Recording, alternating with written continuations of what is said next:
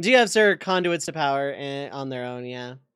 With enough boost and some mag percentages, they become pretty decent. But ultimately, like, limit breaks and attacks and junctioning strength and, like, you know, magic to a lesser extent kind of outshines it. But, like, casually, what I do casually is I spend the requisite 6 to 8 business weeks playing Triple Triad in Balam Garden, and then get like 100 of each, like tier 3 magic, and a bunch of Kiragas for HP, or regen. No, actually, I go for regens because I think it's better for HP junction than Kiraga anyway. And then I go on the Dalit mission, and then I just use Thundagas to break the robot. And I stay, like, no higher than, like, level 11 for the entire game. And it's fun for me because I enjoy playing that way. But it's, a very one-note playstyle. Stay low level, junction up into brokenness, and destroy the universe.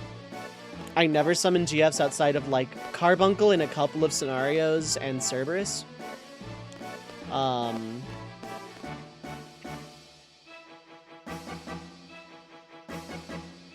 Okay, anyway, I've stalled out basically all of the pre-roll time, so whoops.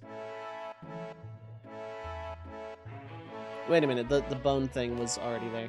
I need to check my cards.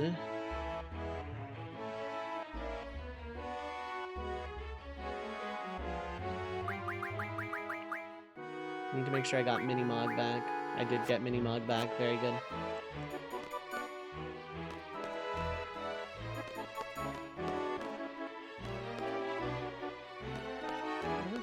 Maybe I have to go to the thing again.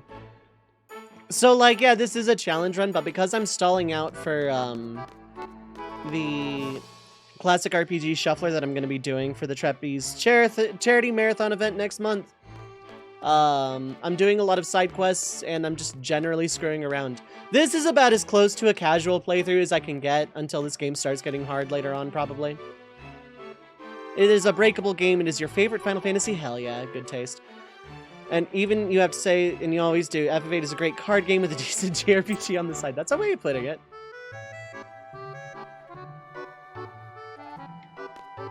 Yeah, that's right. I have to examine the painting before the dog shows up there. Triple Triad is very fun. There used to be a dog here. Where did it go? Now there's a cat.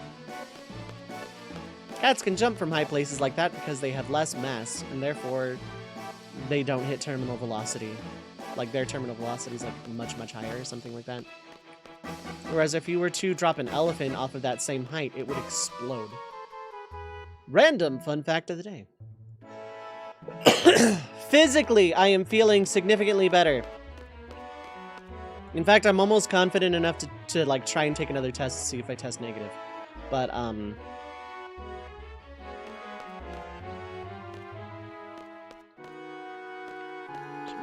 somewhere, right? Oh no, there it is. Silence. Ground exploded. Yes. There's a bone. Potian.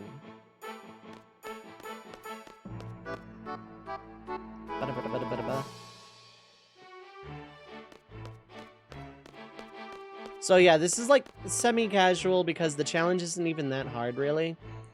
I thought it was going to be more front-loaded than it was, but it turns out the front end is not too bad. Now, granted, I'm going to be, like, probably level 30 by endgame, so GFs are going to be a dangerous thing to actually keep around, but...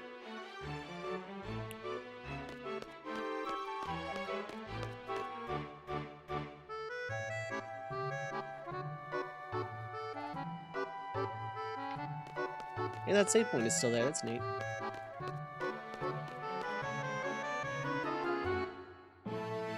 Because I killed the robot, it is not here in pieces on the beach.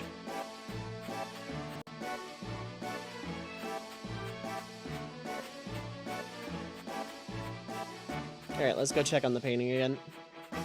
I don't remember what all I get from doing this little side quest, but this is what we're doing now.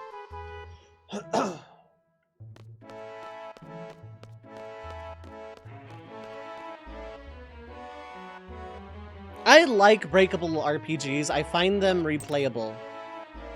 Like, either really easy or just overall, like, really easy to break. They make for good challenge runs.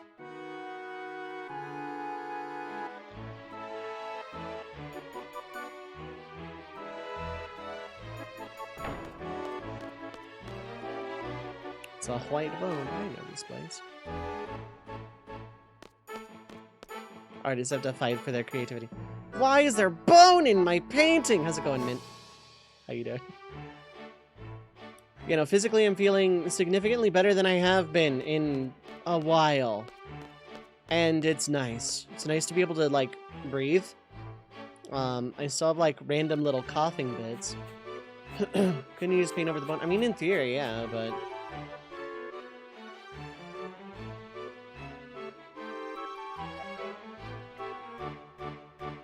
This conversation's a little creepy for my liking. So I'm going to, on the YouTube side of things, I'm going to finish editing Mario this week. I'm going to do my special, like, 9th episode of Mario 3 for it as well. And then, that effectively gives me, like, 3 more weeks to start editing Yakuza. And since recording is resumed, that should be going up decently. I don't know how long it's going to be. It's going to be a while. It's going to be a 1. Remember in your youth, leveled to 100 on disc 1, there's a spot you can walk into a mountain and get Visage to fight. Really?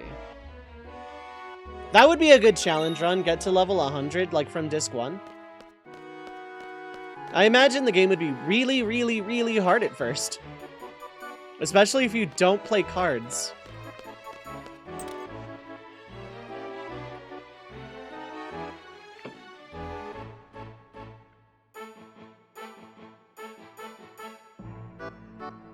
There's a bone!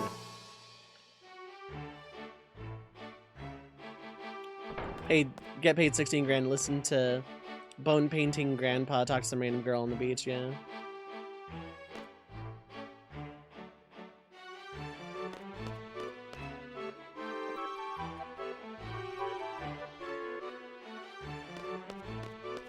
Oh wait, yeah, you're like right here. Why is there a bone in my painting?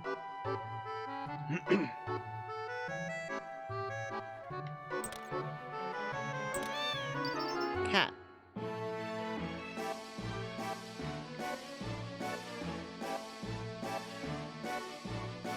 Tickling hell.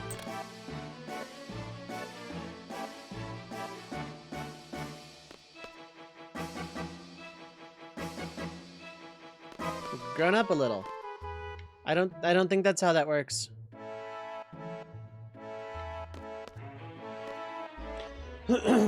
So there's this lovely card game, sir, that your daughter is the queen of, called Triple Triad. And you could play that. That's not a sports. Would Triple Triad be considered an esport if this game were, like, modernized? Like, hypothetical sequel to this game, is Triple Triad an esport? This is my what if for the day. I'm not gonna come up with a what if every single day, but, like, this is my what if for the day. Enough time that respawned, hell yeah. Use a force field over the door to ward off bandits who try and paint bones on his painting, yeah. Specifically, that's the only reward. Unfortunately, he has to, by law, let his grandson into the place, into the residence. An FF8 spin-off where the main plot is going through Triple Triad ranks and becoming #1. I don't know about that. Because I imagine a sequel to this would be a lot more of prepping for the inevitable coming of Ultimecia to create a stable time loop. And some plucky interlopers trying to break it by reminding Squall you're being dumb. Oppressing Ultimecia is what gave us Ultimecia.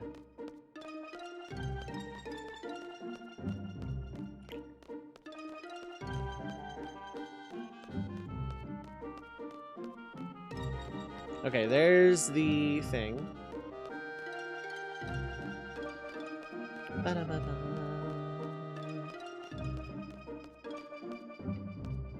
East Academy Station. Okay.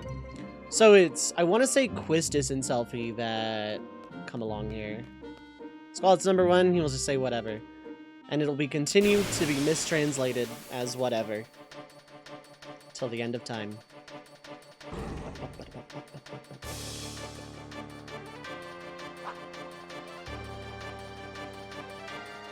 Okay, so I do want to raise compatibility with Diablos and Siren. Brothers is coming up, by the way. Brothers has not been called.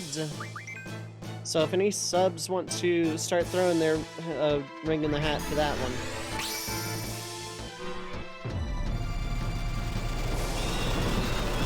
Oops, that is not.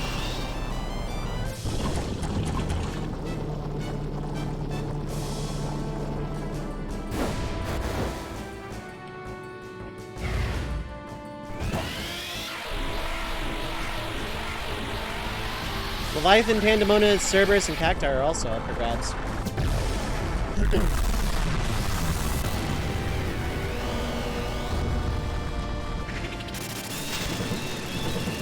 We gotta work with what's official, whatever, sadly official. It is Western official.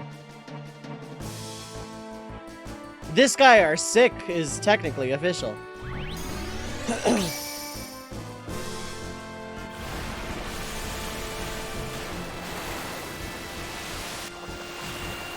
He doesn't say whatever. He says something like, I forget what, because it's been a long time since I've read the thing on it. Wow, I hit the button at the last second anticipating something. Okay. Wanna be a Blitzball is official, yep. I wanna be a Blitzball when I grow up.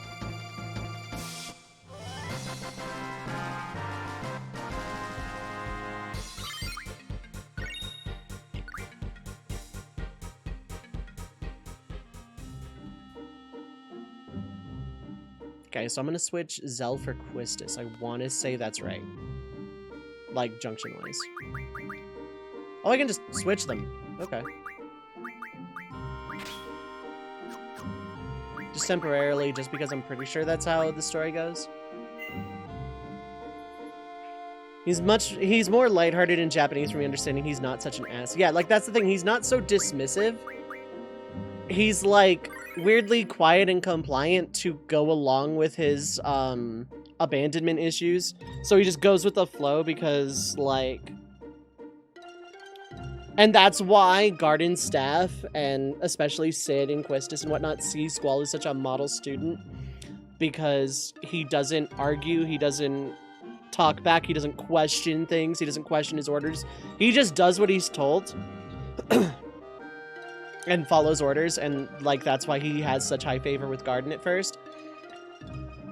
And he does that just because that's just what he does. And then like that's why Cypher is seen as such a problem child, because he questions his orders a lot and tries to he's obviously just looking for a fight, but he's also looking to prove himself. Which is why he takes it so hard when he doesn't become a seed. But he questions everything, he doesn't follow orders, even if what he's doing logically would be, you know, statistically, like, in terms of strategy, like, you know, good, or, you know, at least accomplish something, it goes against orders, and they don't, like, Garden staff don't like that, etc. In the camp of Cypher did nothing wrong. I don't know if I agree with it entirely, but, like, I think he's more of a victim than a villain.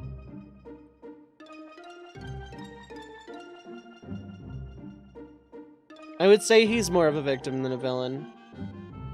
Like, I don't see him as inherently evil. I see him as a confused child, like, trying to find a place in the world and make a name for himself. I'd have to, like, dig really deep into the analysis of, like, the original script to know for sure. / get Neon Layer in here. But, wouldn't be surprised if it's due to someone localization thinking Westerners love hard asses. Something like that. Honestly, I wouldn't be surprised. I wouldn't be surprised if that was part of it. Because the script as it stands is not poorly translated. It just misses a lot of context of the actual original story that's being told. And also, the plot does, you know, deserve its fair share of criticism in several aspects, but I think what we have is far from bad. Like, the characters and story of FF8 are very, very interesting, in my opinion. Just, you know, there are some things in the plot, like, I kind of want to revisit my, like, hypothetical complete rewrite of this game, where I give Zell and Quistis proper character arcs. Because that thing Quistis does, where she can finish Squall's sentences, is really good best friend energy, and that should have been, like, more prevalent. I think Quistis should have had more of a character arc where she comes to terms with, like, her own taking on of way too much responsibility way too fast. Growing up, trying to grow up, trying to replace Elone. Like, I think there should have been more to both Quistis and Zell. Rinoa obviously gets plenty of character arcs. Squall gets a ton of development. Selphie gets a pretty satisfying arc. Irvine shows up late enough that it's not that big of a deal.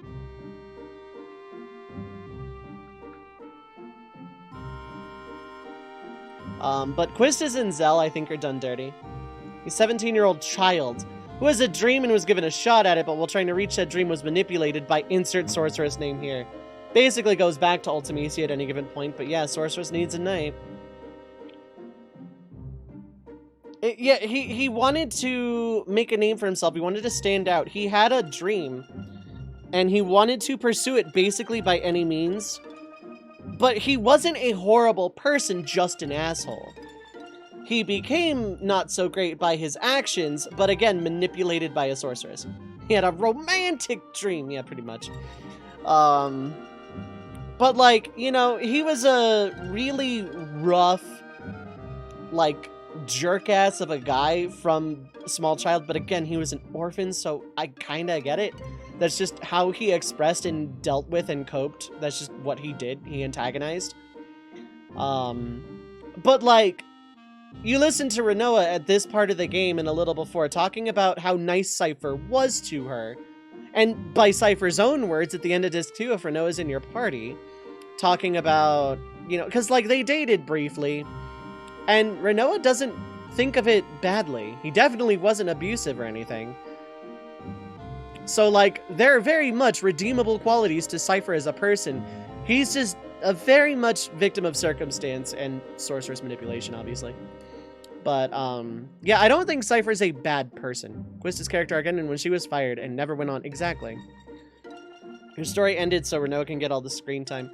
I think it's just kind of unfortunate that FF8 is so much farther zoomed out of its world than other Final Fantasies, so that characters don't really get a chance to really develop and shine. Like, Zell's character arc could also have ended early. We could have gone into a lot more detail with, like, the Dinks and how Zell's life was once he was adopted by them, and a little bit of that, and his character arc could have, like, actually come to a solid conclusion near the end of Disc 2 with the Balam occupation. Quistis' character arc should have continued into Disc 3. Where she continues to show that best friend energy towards Squall. Once Squall starts, like, actually accepting people, accepting his feelings for Rinoa, and accepting the, I can actually lean on other people and not get abandoned, have Quistis stand in as, like, really good best friend energy, especially while Rinoa is, like, comatose. I think Quistis could have had a really good character arc there, where she realizes she doesn't actually have romantic feelings for Squall, but she can still act as, you know, an older sibling best friend figure. And now that Squall is opening up, she can definitely be the shoulder that he couldn't be for her at the beginning of the game when she was talking about getting fired. And she still could have done that, finishing his sentences thing just to not only annoy Squall, but annoy Rinoa when she comes to. And, like, not have romantic conflict, but Quistis just doing a little trolling because that's in character. Something you find sad. The whole Hein is buried so deep, never learned it till third playthrough. Yup. Is that in the tutorial information?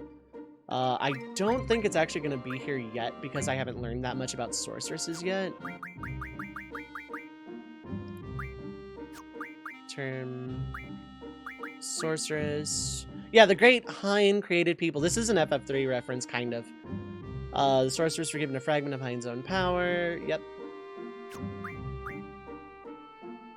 Oh, okay. There's so much good world building in this game that is buried in either like implications or in like these sub menus. It's a little sad. I think the game could have been a lot stronger with like either drawing attention to this encyclopedia or like, I don't know, having more about it.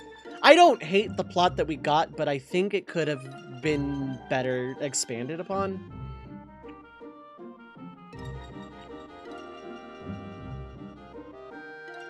Anyway, Laguna time. Is it Laguna time? I think it's Laguna time.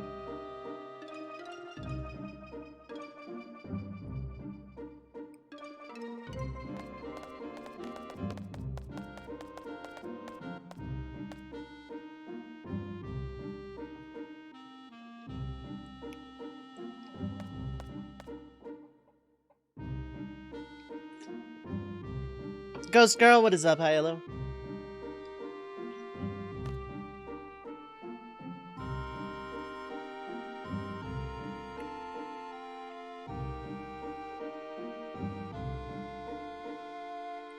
Dropping things in a book like that is bad, will always be. Same thing would happen with 13. Yeah, 13 didn't handle it well either.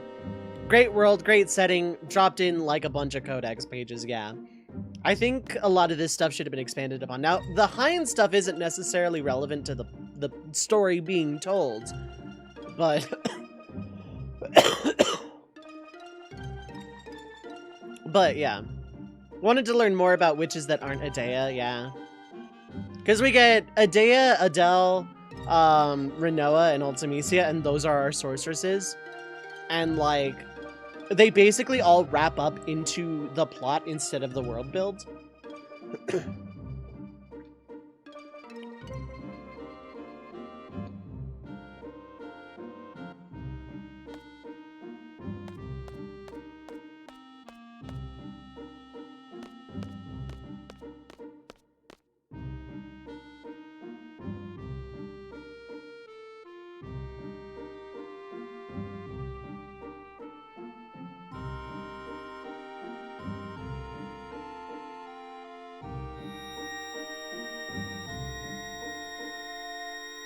The fight all the faceless sorcerers. Yeah, that could have been more as well.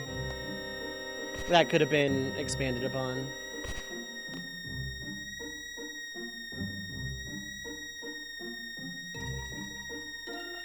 Okay, I was right. It was Selfie and Quistis.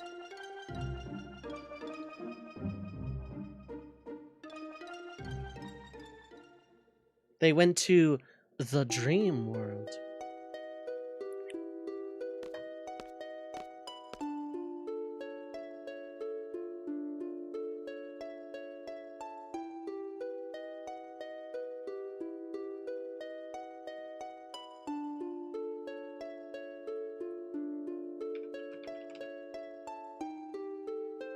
Lunatic Pandora.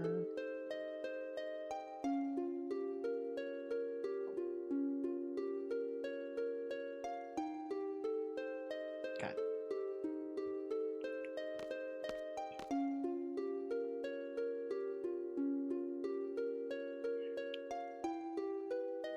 It's the wrong place again.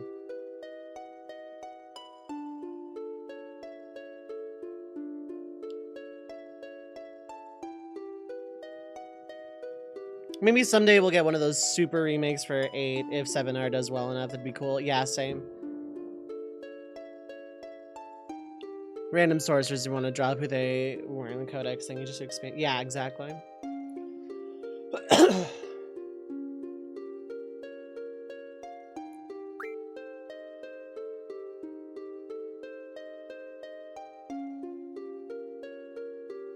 Well, we're on duty. Let's check it out.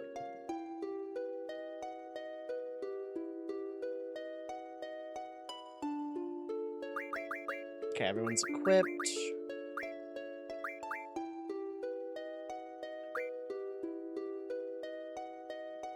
Okay, it looks like Kiros is Selfie. Yeah.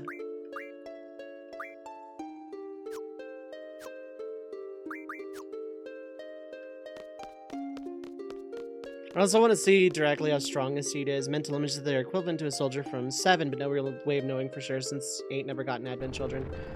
I'm gonna say that an average soldier, like 1v1, would beat an average seed, but it would be close.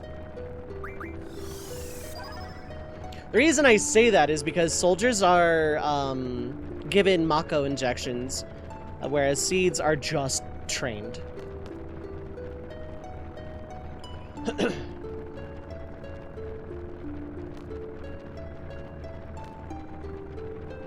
Why have you been running around like that?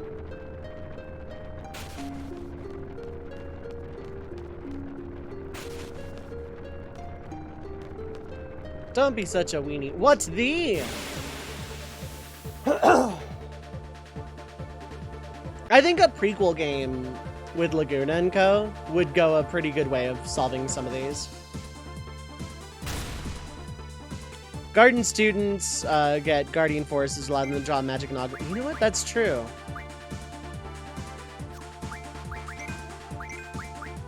I don't really need to raise your compatibility, so...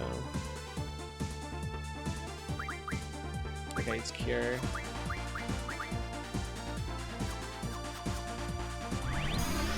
I feel like junctioning would level the playing field a lot.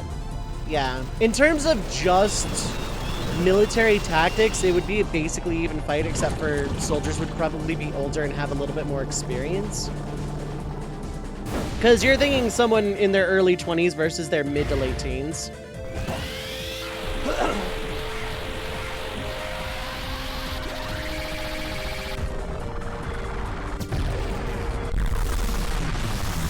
Also, seeds are trained for mercenary work, whereas soldiers are trained for actual military operations, so it'd probably be about a 55-45 split for...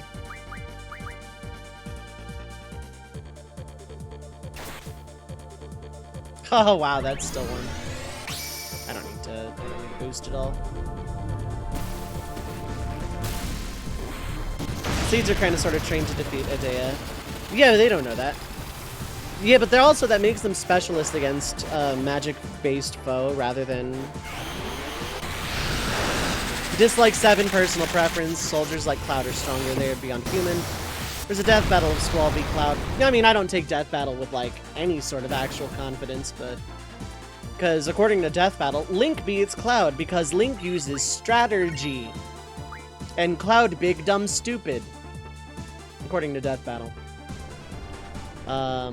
Need a lot of good in there. Squall's a better tactician. Cloud has brute strength. Cloud was still technically military trained. He wasn't trained to be a soldier. He just has memories of it through Zack.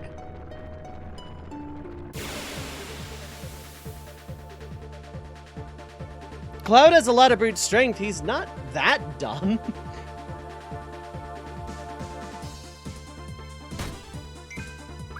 That said, I do see Squall winning that fight, like, decently enough. Kind of want to do still raise your compatibility with Ifrit, though. Like, Virgil will destroy Sephiroth. I wouldn't see it as one-sided. But, like, yeah, Death Battle bias is really hard against FF7 until they get called out on it. Then they throw token Sephiroth beats Virgil.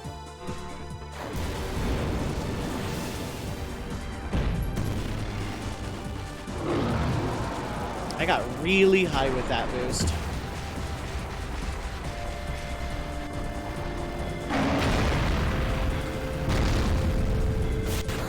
Somehow back attacked when they were right in front of me. I got back attacked by the other group that was also right in front of me.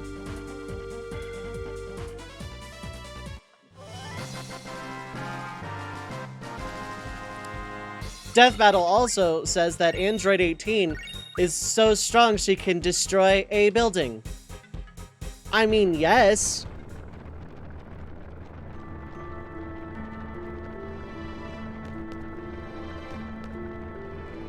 Okay.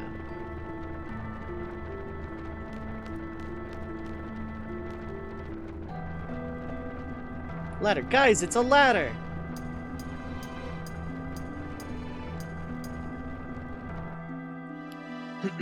Death battles are decided by the researchers. Yeah, it's a writing thing. The age-old comic book question of who would win in a fight, the answer is it depends on who's writing.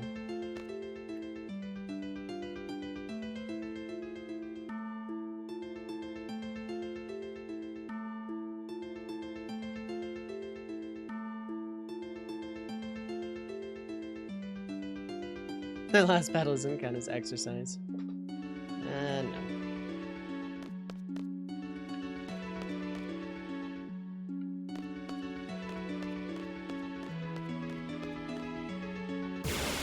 I don't have encounter none. Normally I do by this point in the game, so it's gonna be interesting. Quistis will catch up on levels. Some good in there. Oh yeah, no, I agree. Sometimes a broken clock is still right twice a day, so.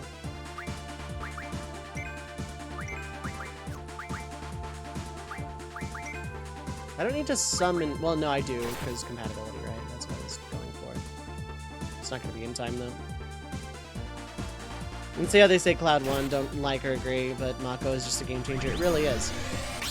Now, I'm not saying Link would never beat Cloud, but Link uses the strategy of solving puzzles, of finding a new toy and finding a bunch of new toy-shaped holes in a cave he wandered into, is definitely better than, you know, military training. And Cloud, of course, being big, dumb, stupid, idiot dumb, who just swings a big sword. We didn't play FF7, and it was like 97 now. Now, you could spin that a different way.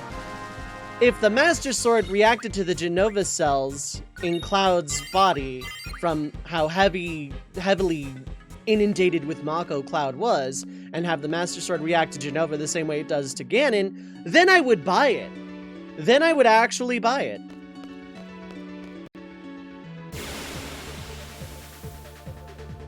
So what happened to Freya? Freya's in FF9.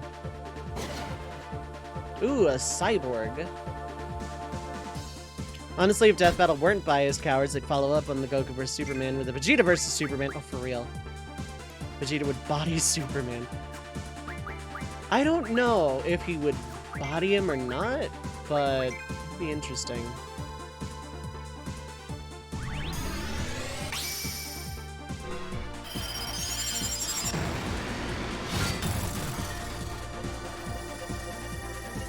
Because it's like the Link v Cloud thing. They used like an amalgamated Link from like every Zelda ever versus a level 7 fresh off the train Cloud.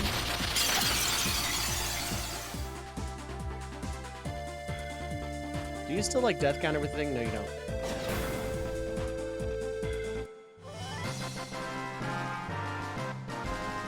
Have no Link or Zelda experience, never played any, can't say.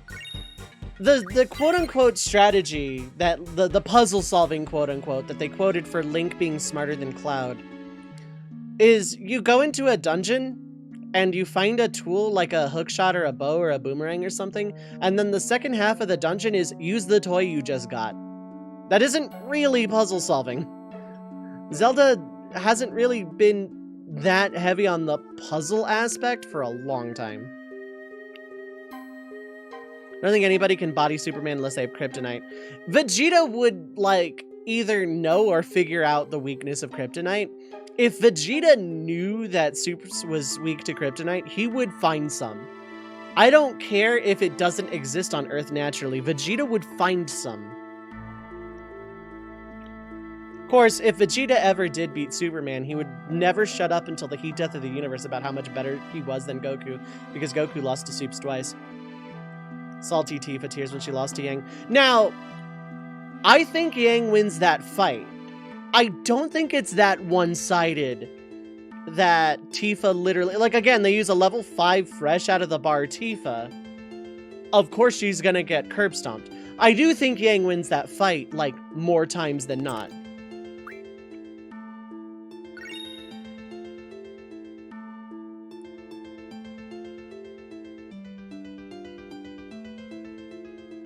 Old key.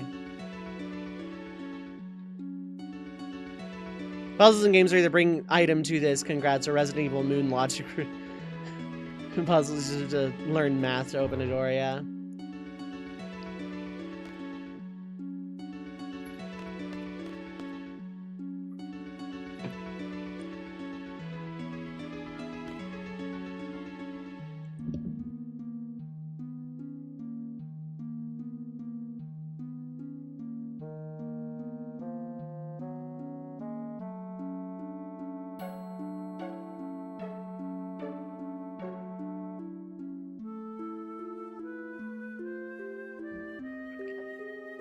Give us a post-Northern Crater Tifa. Give us an Advent Tifa, who was like 1v1ing one of the Sephiroth clones. Like, she lost, but like, she put up a fight. That's the point I'm trying to make. I'm not salty that Tifa lost. I'm salty that Tifa, like, literally didn't get in a good hit. They just wanted to promote Ruby. So, hey, look, our Ruby character, we're owned by Rooster Teeth. Our Ruby character is really strong, Lamau. Just go in circles. Yeah, pretty much.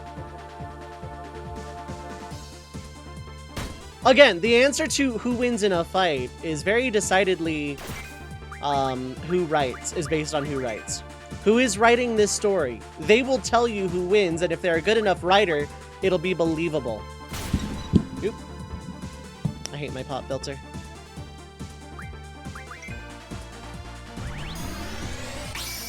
Security's a bit overboard, yeah.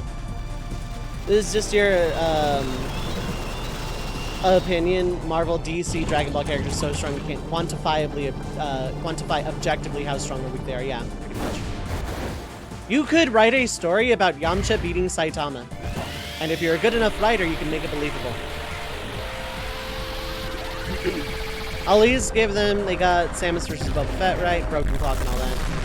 They got Carolina versus the Meta, right? But that was completely in-house in universe, so slash shrug.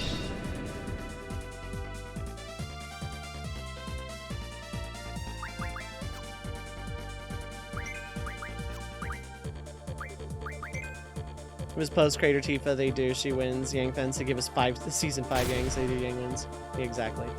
Well, I still think Yang wins this fight. I think Tifa puts up a better fight than... Like, I think Tifa loses. I don't think she jobs outright. That's my opinion of that fight.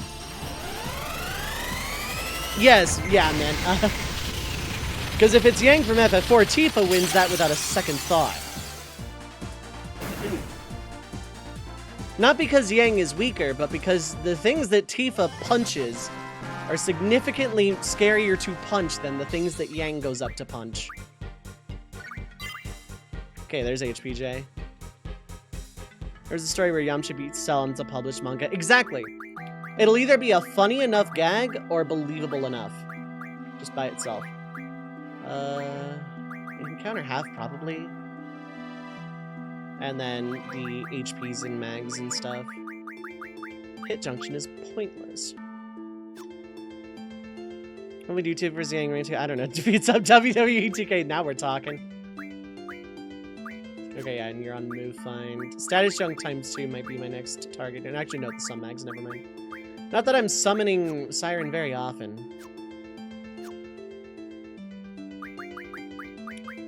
But that said...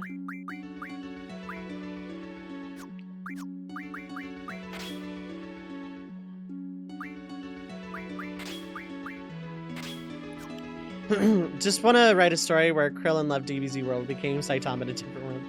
And if it were well written enough, it would be very, very interesting. That's the point. You cannot take characters from different universes and franchises and stories or whatever, and you cannot decide who would quantifiably win. Because it isn't a fight in empty space vacuum. There's a story being told, even if the story is we're punching each other until one of us stops moving. You literally cannot objectifiably do that.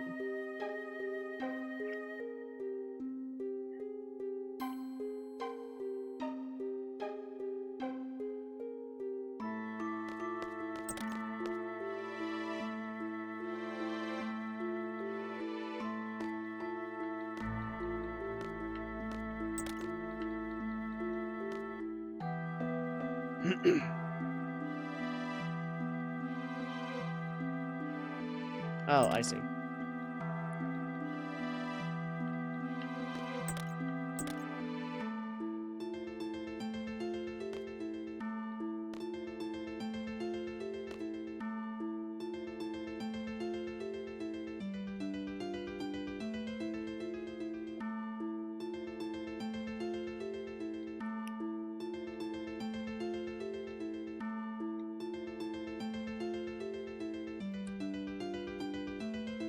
Disappointed they never did that as some April Fool's gag, yeah. Haven't seen a death battle in years, same. I don't. I definitely don't, go out of my way to watch it. I'll have to go back to that side and do that later.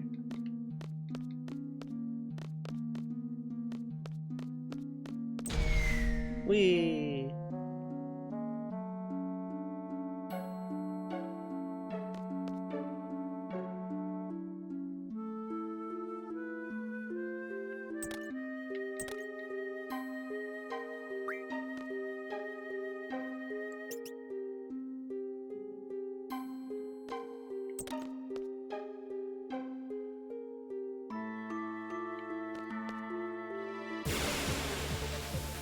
Like, it really honestly just depends on, you know, the right. Oh, you're fun.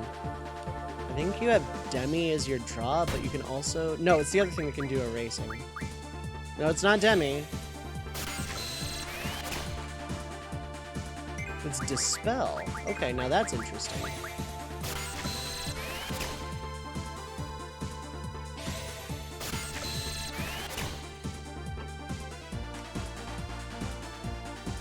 I'm not going for 100, but I'm going to go for this for a while.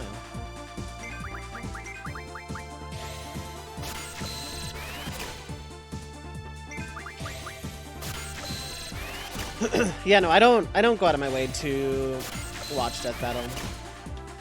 Hello, beady long legs from Pikmin. Yeah. Kinda, huh? Pop, pop, pop. Like level 50 Day of Energy Cannons, yeah. I'm not going to level 50 on these guys. We'll see what level I am next time I am in S-Star with Laguna. Oh, I can't mug anyway unless they have some kind of elemental absorb.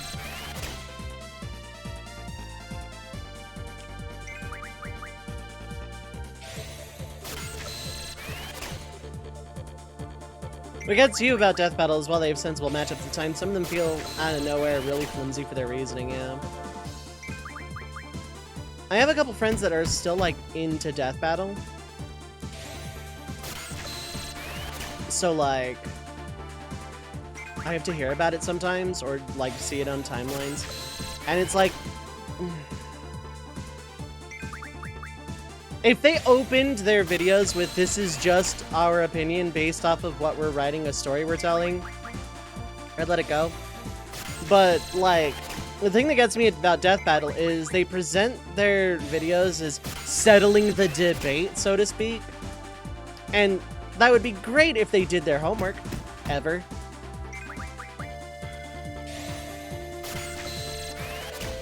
And they very decidedly don't.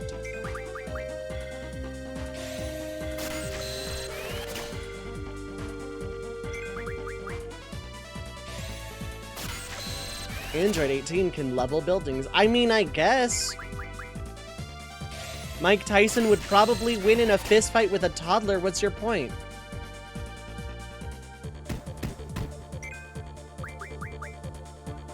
Cloud or Sephiroth? Sephiroth's long hose sword gives the superior reach to beat Saturn.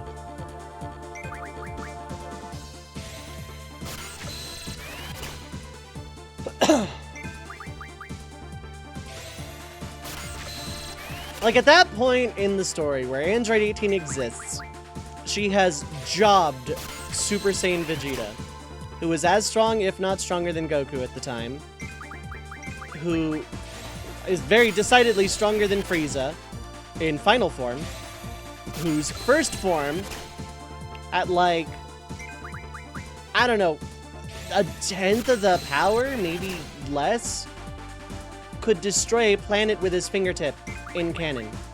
Not to mention the filler arc with Vegeta beforehand being able to destroy a planet before the Super Saiyan stuff even got off the ground, but that was anime filler only, so dubiously canon.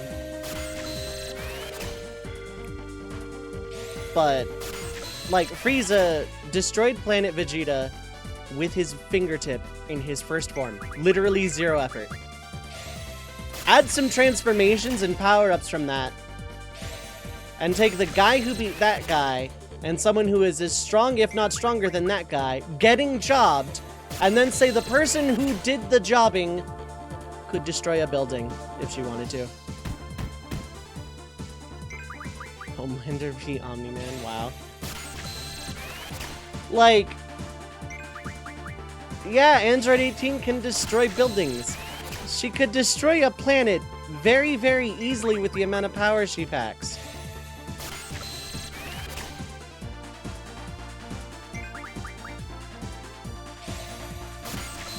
She has jobbed someone who destroyed a planet several transformations ago. I mean, shonen power scaling is bullshit anyway, but... like...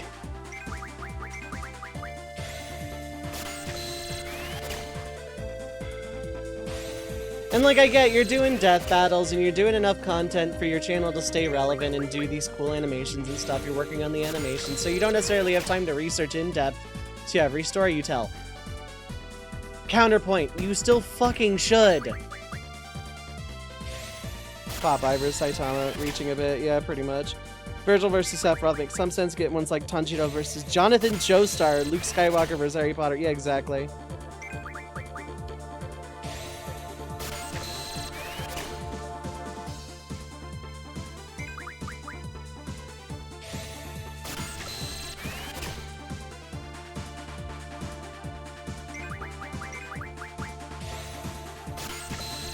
Luke would beat Harry unless Harry massively breaks character, use the death spell. Yeah, pretty much. Buffy versus jeez.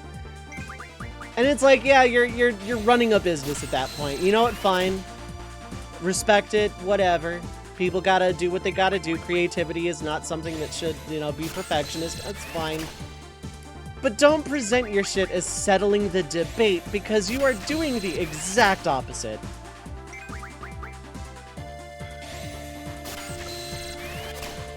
Objectively, Link is better than Cloud because we hate FF7. We've settled the debate. No, just say this is the story you wrote. This is how you told it. I literally not care anymore at that point. I won't have any argument. I won't have any critique. Just, hey, this is how the story go. And I leave it alone at that point. Really weird Batman versus Darth Vader. Yeah, that one... why?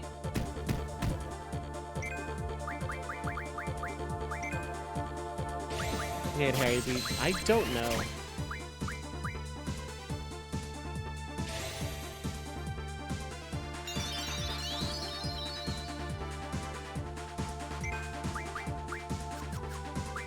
How many dispels do I have? Nice.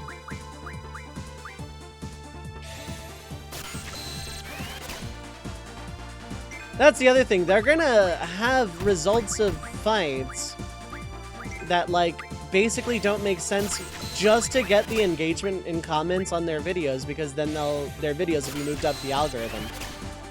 They'll have controversial wins because that's how you play the YouTube game.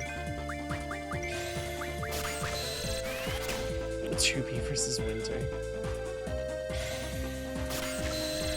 Put the two together just because they had a movie franchise continuing story. That's it, yeah.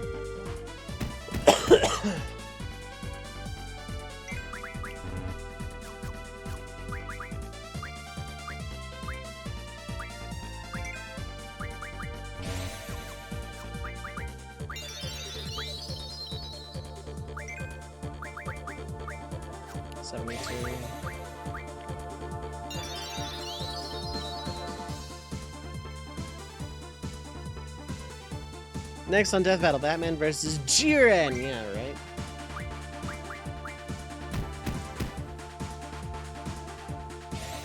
I just, you know, I don't hate Death Battle for existing. It's a neat enough concept, I guess. I don't know why they have to be to the death, but, you know, whatever.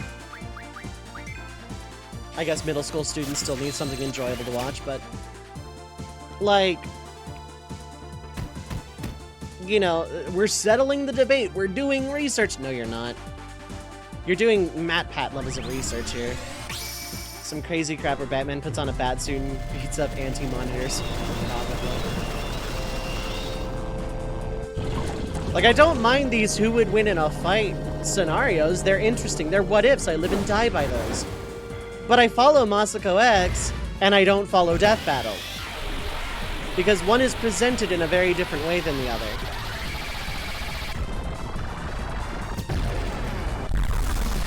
Masako X admits he's telling a story as per his vision, based off of a what-if prompt.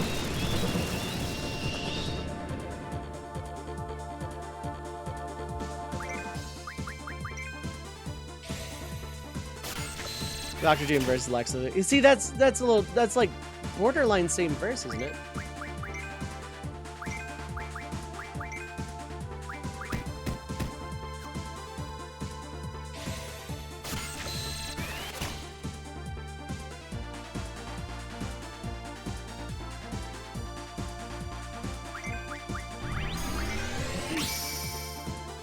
You may as well go to 100 now. Pointing at each other like the Spider-Man meme. Yeah, pretty much.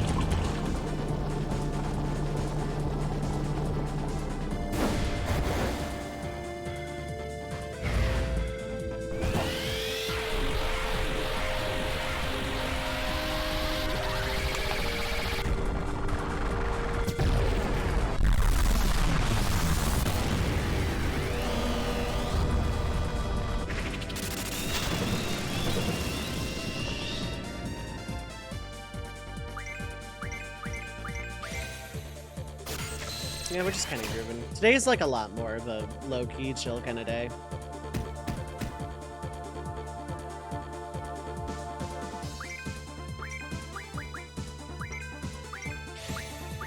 I'm gonna raise Diablo's compatibility. Superman versus Saitama. Of course they did.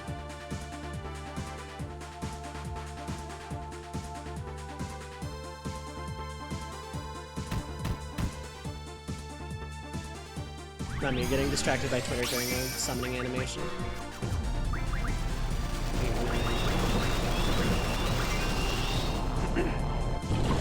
I control the multiverse all forms in the last few Lex does, yeah.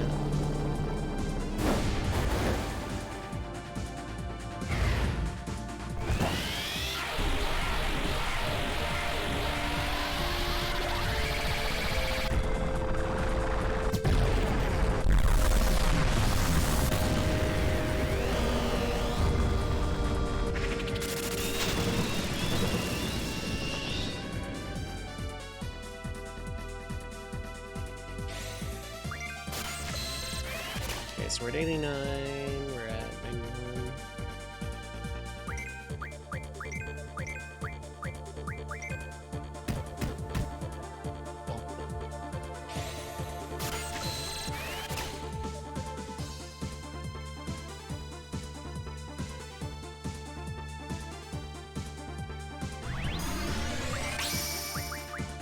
Oh no, we're at 98 now.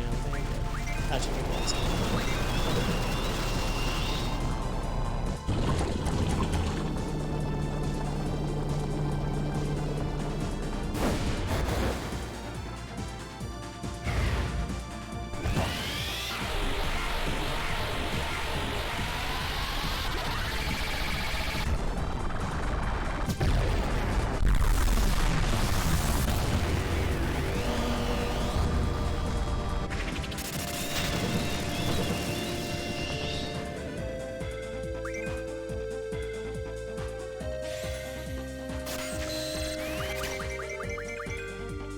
One dispel. No.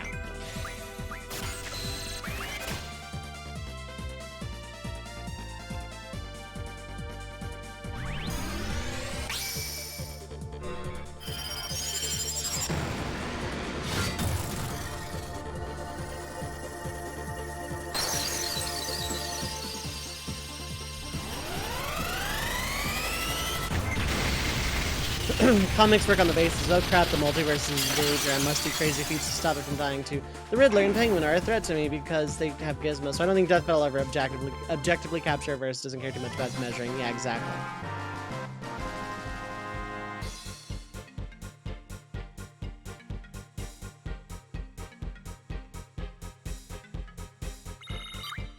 This thing's good XP for days, damn.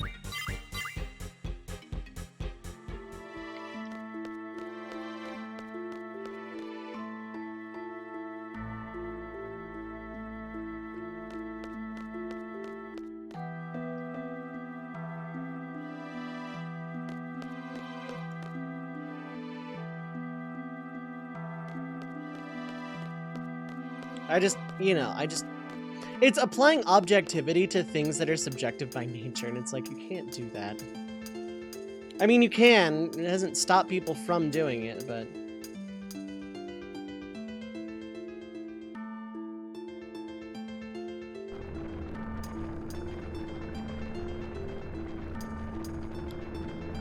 Dang it. I thought I was off the ladder. I was not. Thank you for the follow. I appreciate it. Power about to go out. A mandatory power just for 2 to 2.5 hours at a time. Take off. Take care. Not take off. Take care. Hope the power outage doesn't last too long. Thanks for coming by. It was nice to meet you again, too.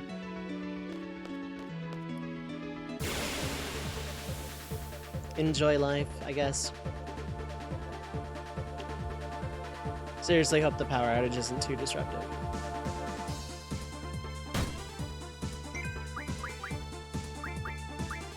Want to replenish the cures that I did use.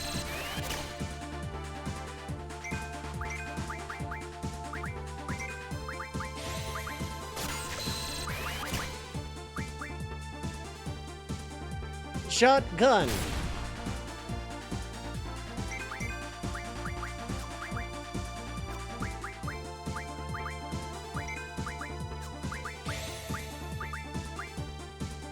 Cast Cure! Use these guys to heal up.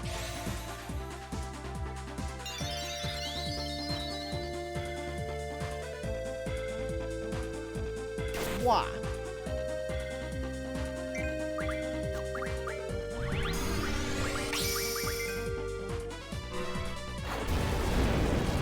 Okay, so let's just leave it at 75, I guess.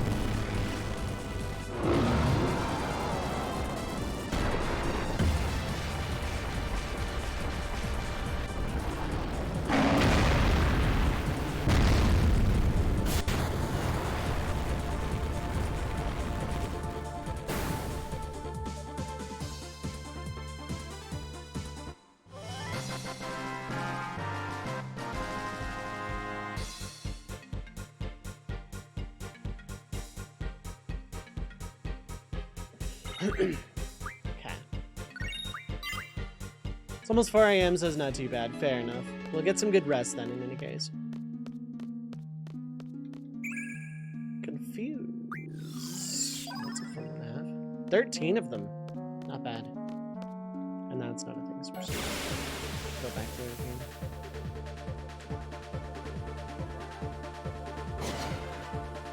You're the cyborg, therefore you don't have cure. Goodbye!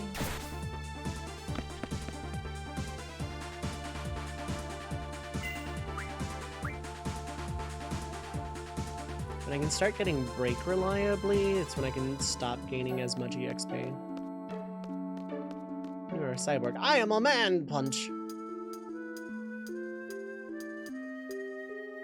Yeah, the weird jump up when you start going down that ladder, and the character just like jumps back up a little bit.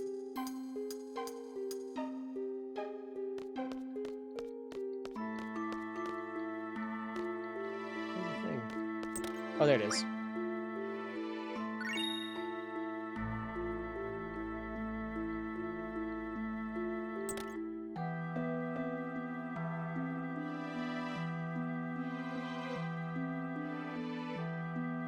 Can't find it. Lost the old key.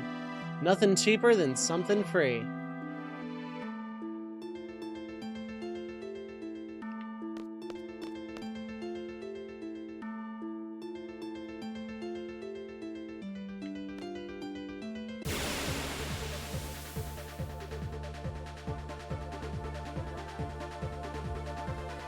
Normal S-Star soldier.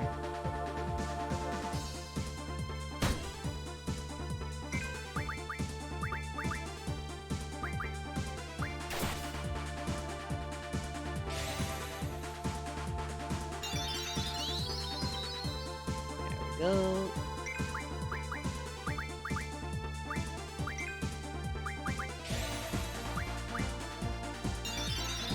Yeah, Quist is gaining some compatibility with it, but it's not the end of the world here. Okay, everyone is basically at full. I may as well do this anyway, though.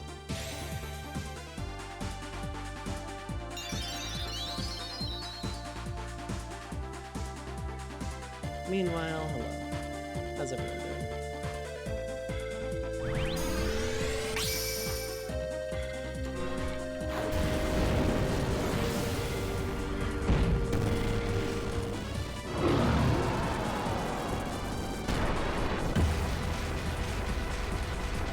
Technically, your first RP experience was sending questions to a Laguna blog that would answer your questions. That does sound interesting, actually.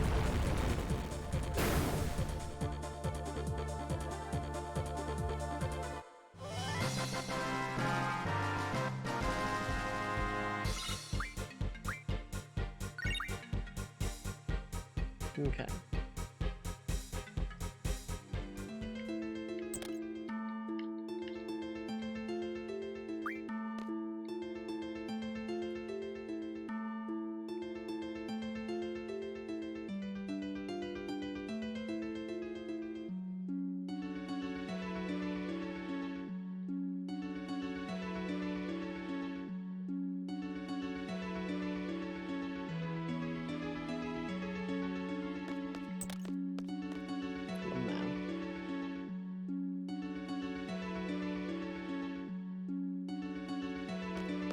Now we go back into the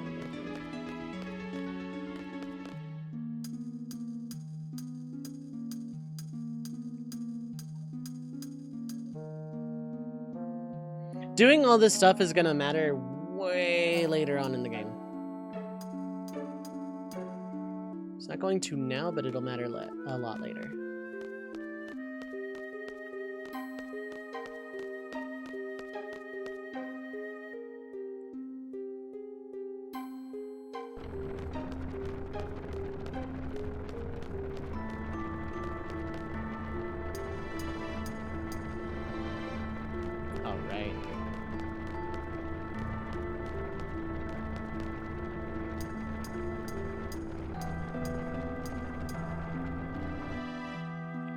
So yeah, how's it going?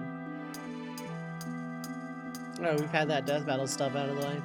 Yeah, today's gonna be a lot more low-key and chill. Maybe I don't even beat the disc today. I don't know. See how I'm feeling.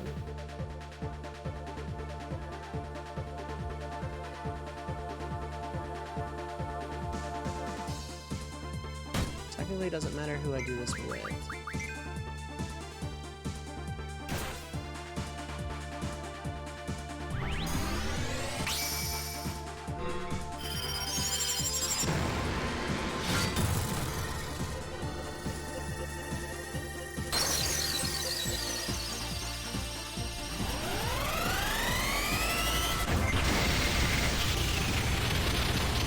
If I hadn't botched that first one, it would be like close to a 160. That'd have been pretty nice.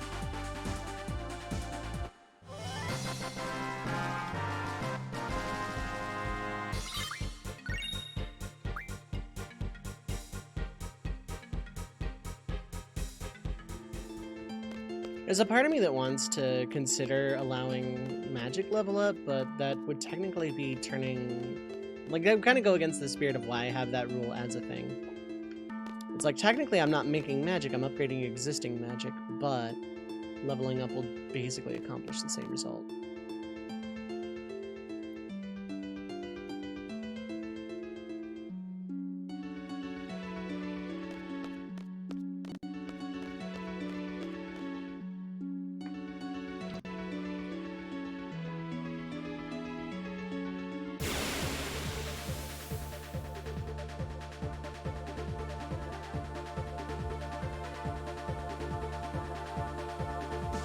Back attacked, well then I murder.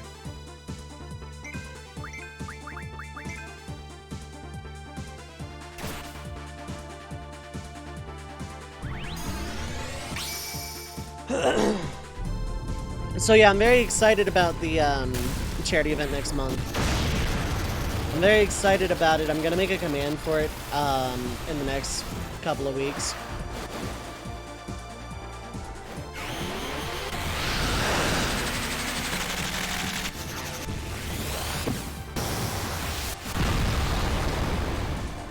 blah. But I'm looking forward to it. Like, having an ongoing shuffler will be a very interesting experience for me. I kind of beta tested that with the rando shuffler, like, a couple weeks back.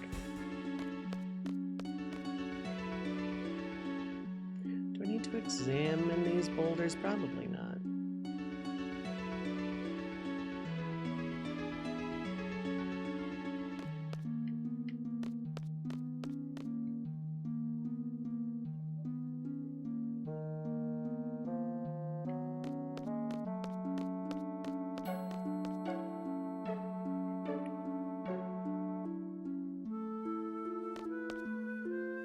Looks like a way out.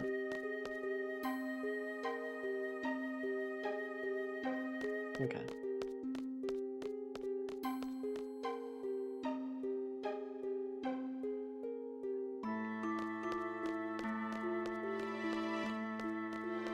I think there's a save point around here somewhere. I'm not 100% on that.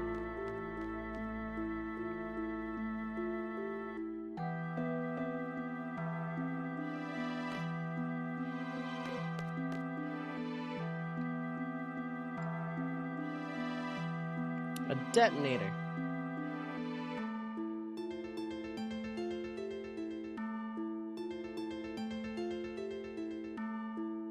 You're not powerful of being, yeah.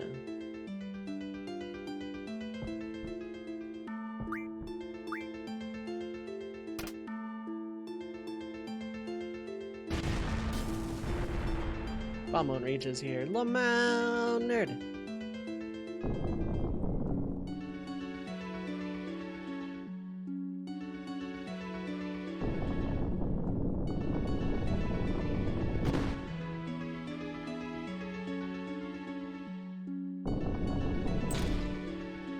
Okay, cool. I did that right.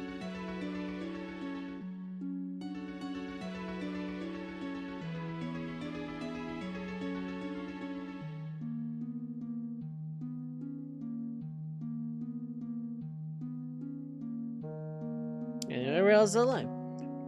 Yep, we are on Laguna 2.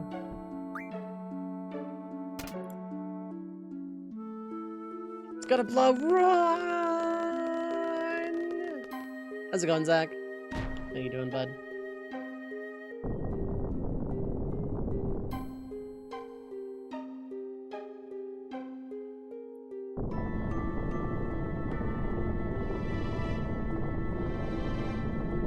Just woke up from a nap, doing well. I'm doing alright.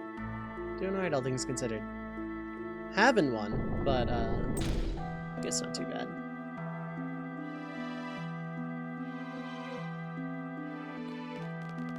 It was oddly quiet.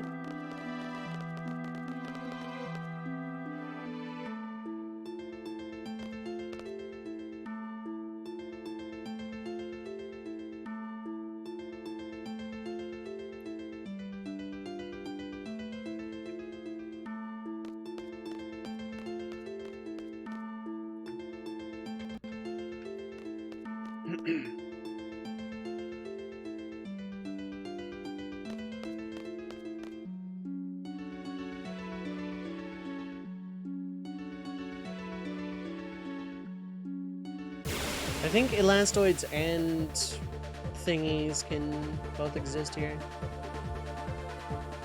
That's just a soldier though.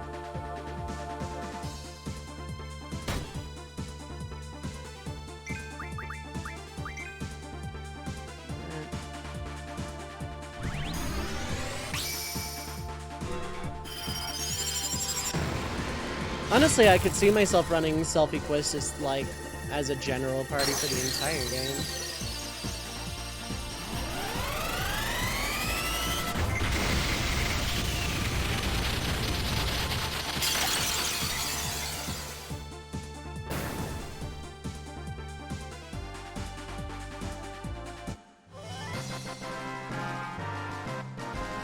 Yeah, for people who weren't here at the beginning of stream, next month, starting March 12th through the 21st, the Treppies will be doing a donation stream charity event marathon thing. There'll be some collaborations between other team members.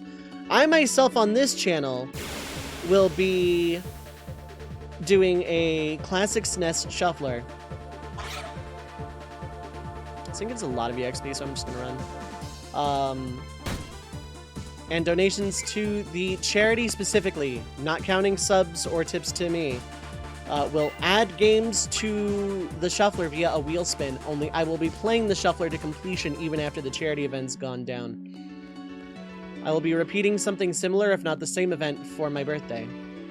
A month later, where there will be yet another wheel to add games to the shuffler, and I will be playing it to completion. The adding games part is going to be a one-day thing for the birthday, and then through the event itself. Their mages and magic's pretty strong in 8, that's true, yeah. Running GFs, yep.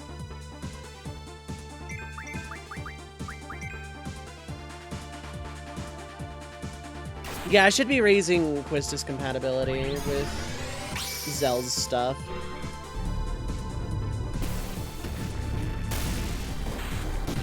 Like, that compatibility is going to help a lot.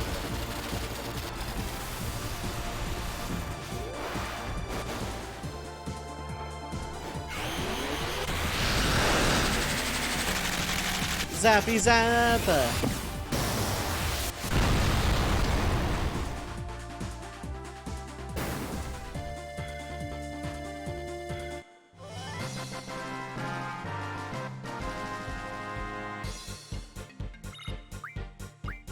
Okay. Only 1 AP, but not a lot of EXP. Let me, like, triple check here. Yeah, they're on the sum mags. Good. Move find. Encounter half. Yeah.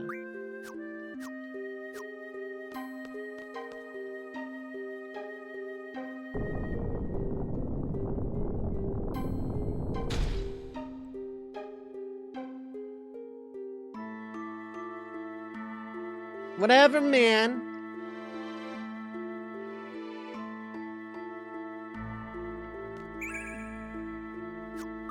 Okay, now that should be everything.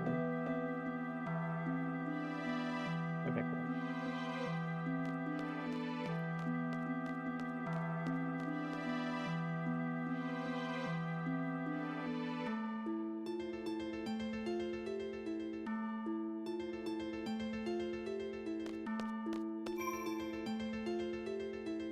Well, I can in fact save, and I've done everything right to at least avoid most of the battles.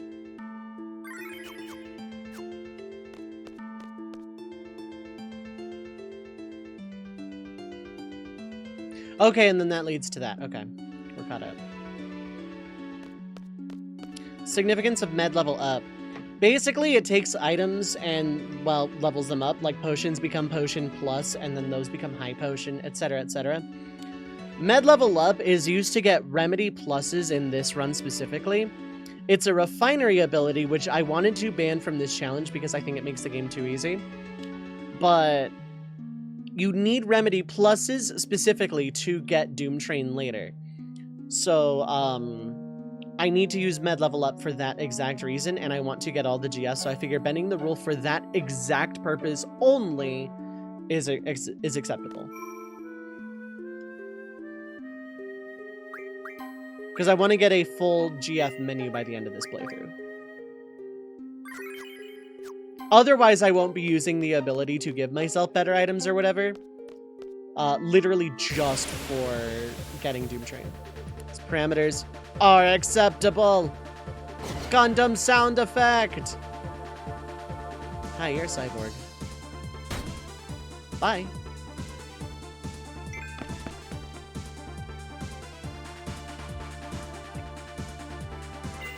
The Marlboro robbing later on. Yeah. I have to kill them, I think. I think they can be dropped, but,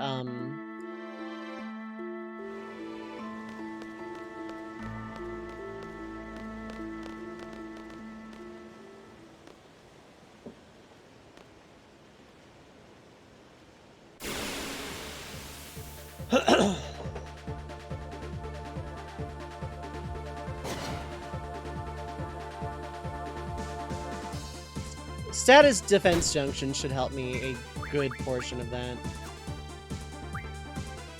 Want to raise compatibility there, and then raise compatibility here.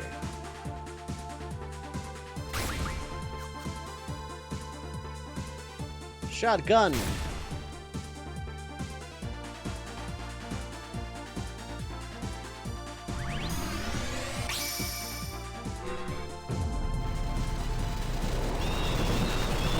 I will say that the shuffler, in terms of quantity of games for the charity event and my birthday both, are going to be, Oh no, I cannot steal because the only way to steal is through Mug, which does damage. And I can't use Card Mod because it's a refining ability. I have to hope that they drop.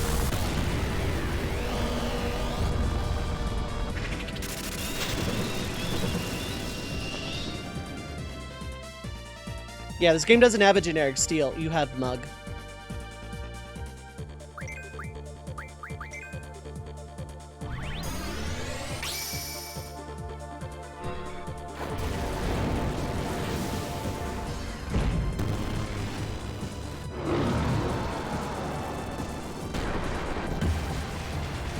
Aha, painful.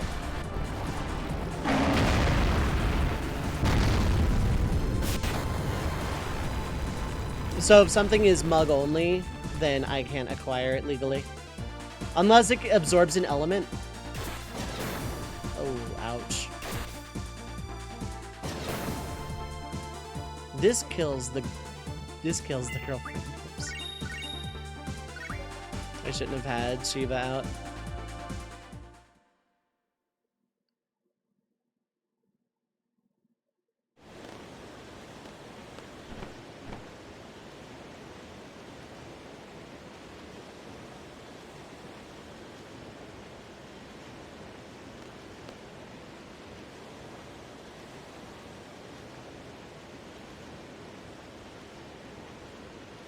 It was fuck you.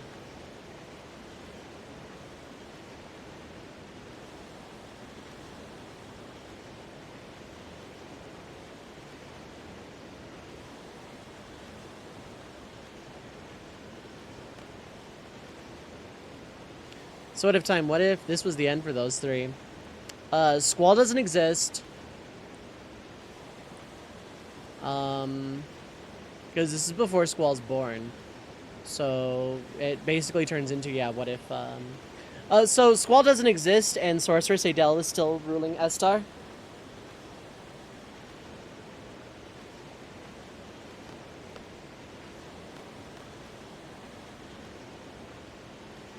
Chuck.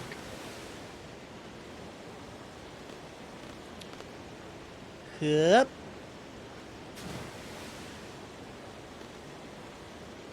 Yeah, sure, I've got no idea how high this cliff is.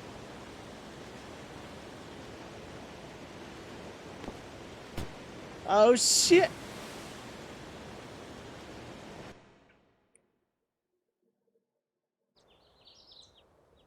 It was almost the end for Laguna.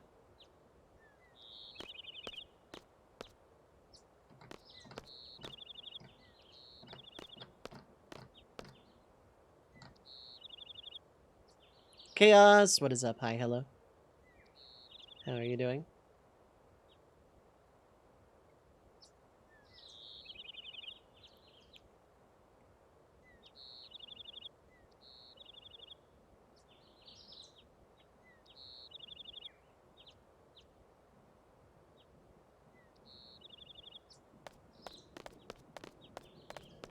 Feel pretty fucking tired? Yeah.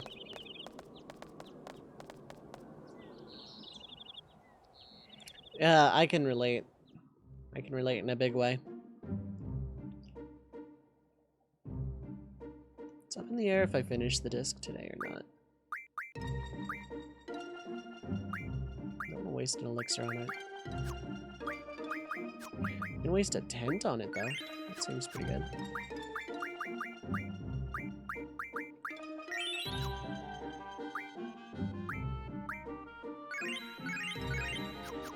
Move HP will take care of the rest. Okay. I am going to take a small break. I'm gonna go ahead and pause the everything. I'm gonna run 90 seconds of ads just to kill pre-roll. So, I'll be back in about 5:10. Feel free to get up, get something to eat, drink, stay hydrated. It's very important. But I'll be back in about 5:10. Don't go too far. I will be right back.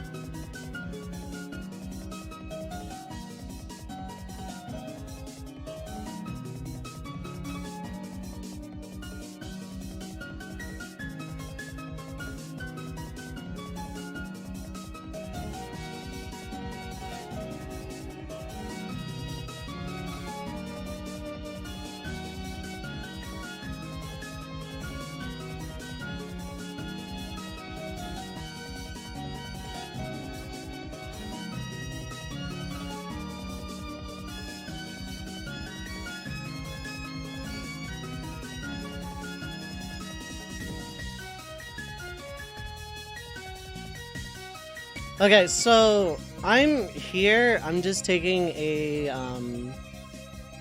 smaller little extended break to deal with some stuff. The message I had been waiting for finally came through. So I'm just taking a smaller break.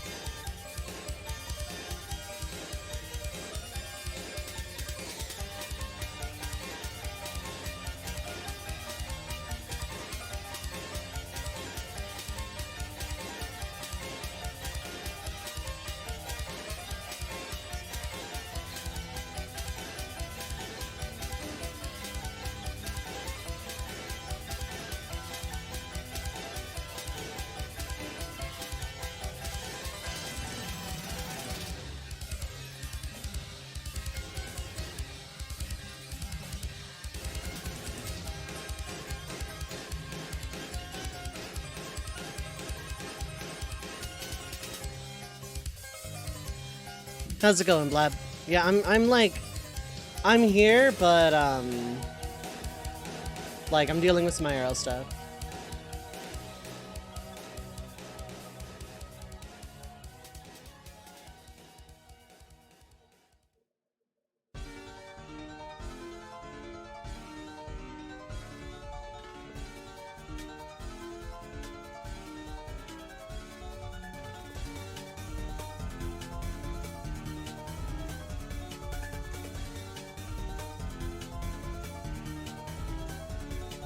Doesn't seem pleasant dealing with it. No, it is very not, and I am not going into details at this time.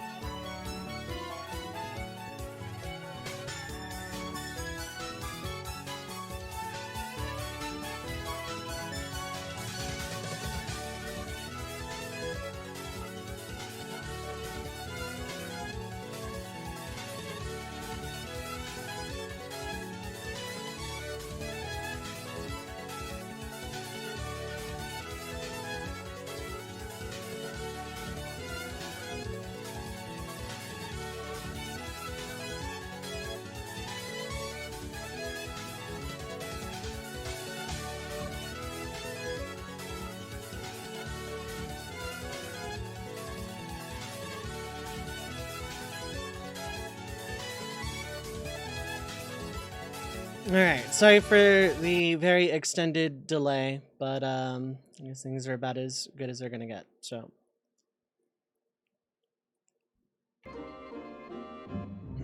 We'll get back to it then.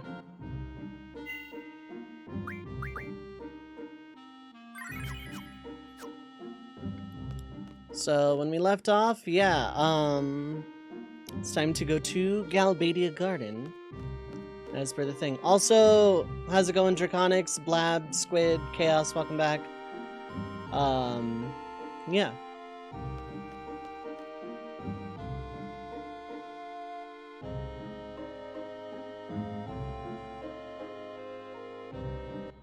I definitely won't be giving details.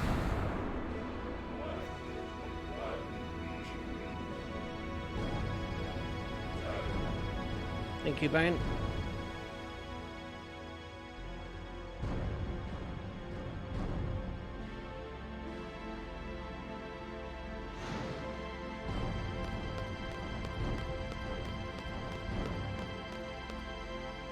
Talking to these guys just makes them fly away.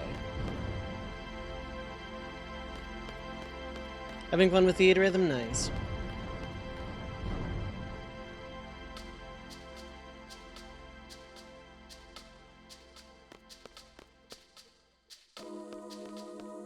This is one of my favorite pieces of music in all of FF8. Galbadia Garden's theme.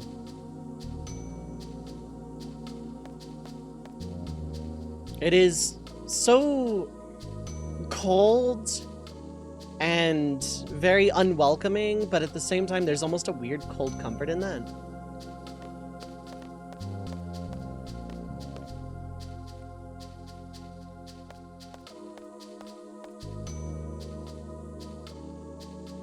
Cold and smooth, yeah. There's this unwelcoming vibe to it, like, you know, you're in like a government building. There's almost an intimidation to this piece of music.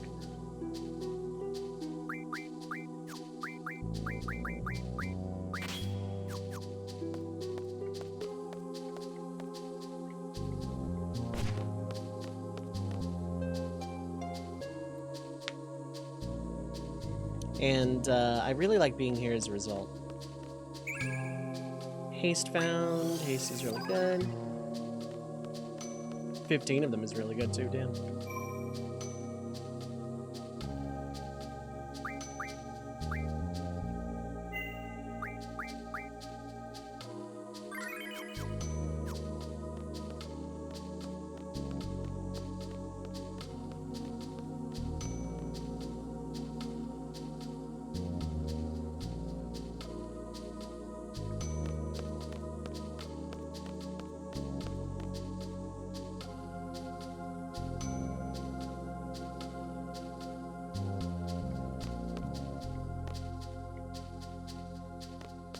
Two out reception room. Right, okay.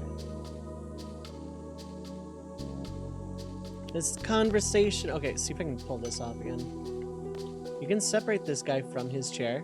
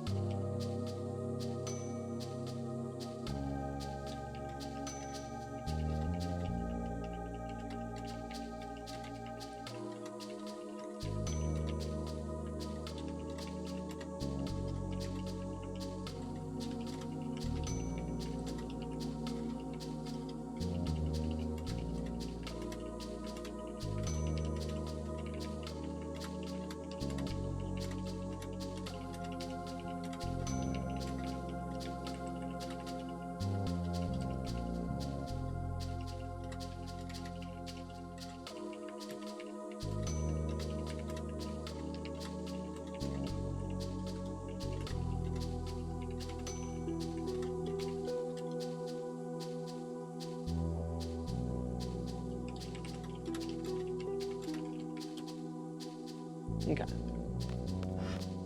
Sorry, there's gonna be some intermittent breaks, and I don't think I'm going too long tonight. So,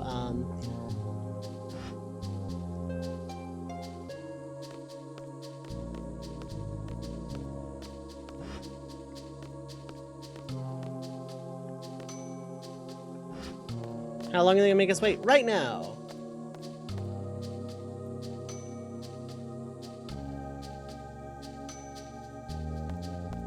I like how Quistis very specifically goes right up to Zell to say this, because he was the one who was most worried about it.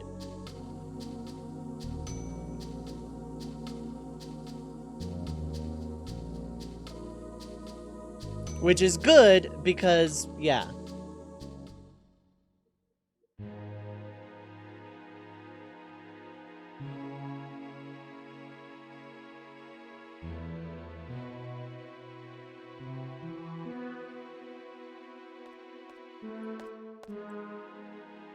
Also, Cypher is presented as dead here. It's for surprise reveal later. I don't know how many people actually buy that Cypher just dies off screen here, considering how important he was to the very beginning of the game.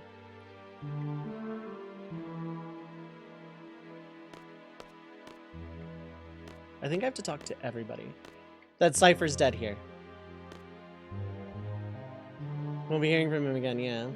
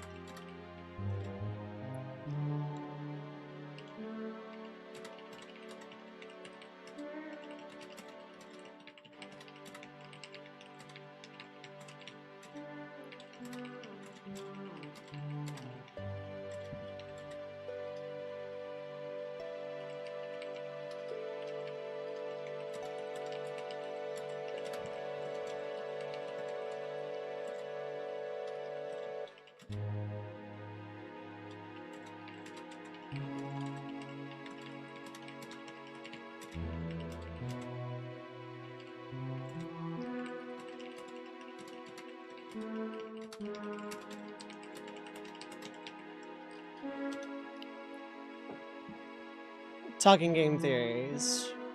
Oh, absolutely not. No, that came from MatPat, I think. So, no. It's interesting. It is word of God denied that Squall is dead. It is absolutely canon that Squall is alive throughout this entire game. The writers of FF8, the producers, basically said, no, that's not how this goes. It's interesting to think about, but not how it goes. And that if they were to ever remake the game, they would consider that angle. But this game was, I mean, yeah, no, that's just straight up game theory. Yeah, I don't trust anything he says either. Again, you know, people got to play the game. We went into this with Death Battle earlier. You know, people got to play the game and whatnot. But with MatPat, even less so, because, like, he very much doesn't do his homework and just, like, comes up with interesting theories, but also, yeah.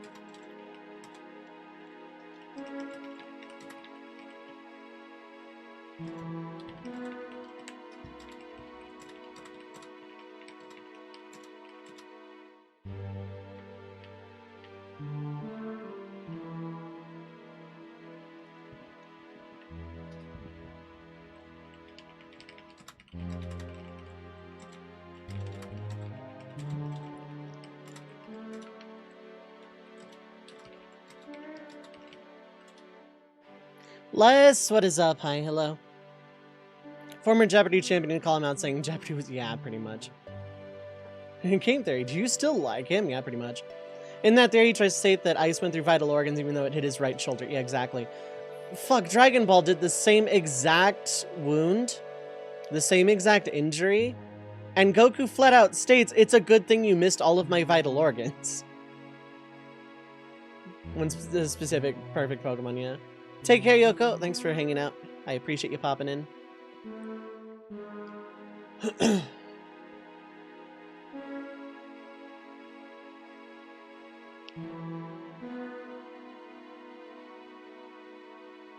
Excellent research, /S. Yeah, pretty much.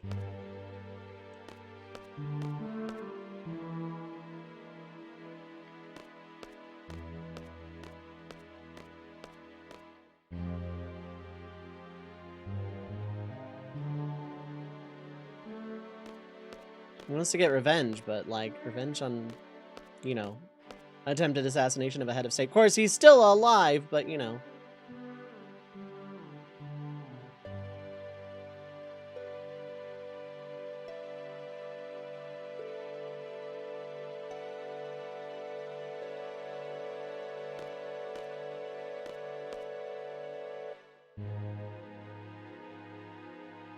This is, like, the first outburst Squall has on screen.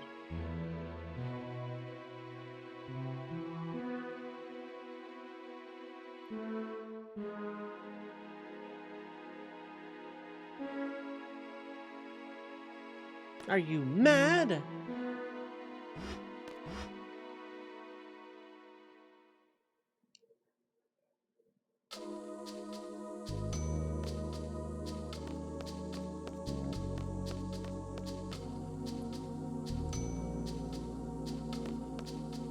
Block 3, right. There's like a draw point around here somewhere. Let's get this guy out of his chair again. Mystical, magical, floaty guy. I did that a lot when I was younger. I would try and get that guy, like, to desync from his chair. Get his chair to go one way and him the other. Just because that animation is funny. Oh wait, can I not? Oh no, I can. Okay.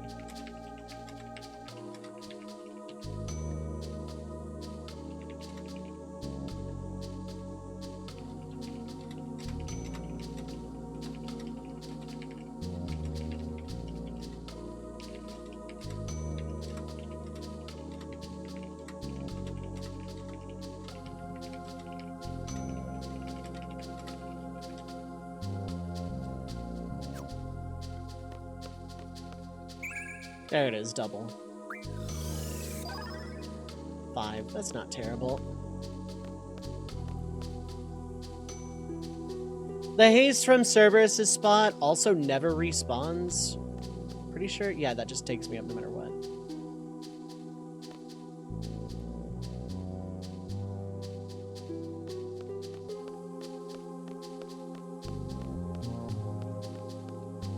I could have sworn there was okay, no, there's a move find save point here.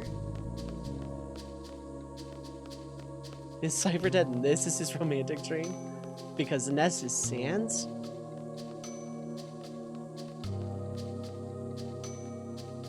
Misha, what is up, Hilo? Okay, yeah. Oh wait, no, I can go this way. I don't think there's another drop point. The missiles are a ways away, trust me. So, no, you have not missed the missiles yet. It's gonna be a while. I'm gonna ping you very specifically about when that time comes.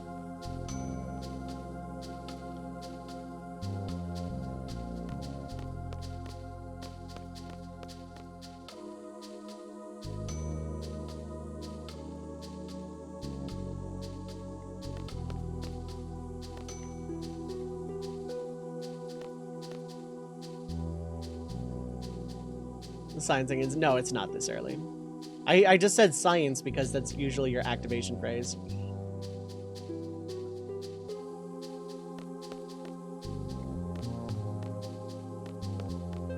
I forget where Selfie is here. Zell's here doing push-ups. I'm not sure why, actually.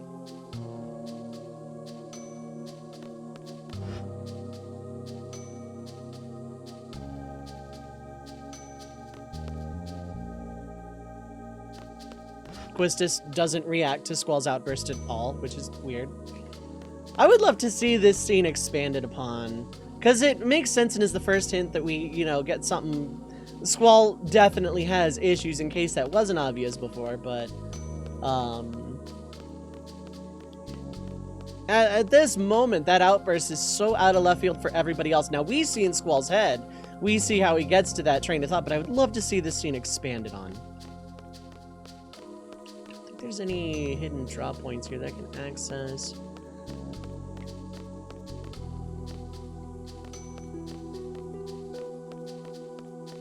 Today was your monthly visit to the family. Nice. I hope that went well.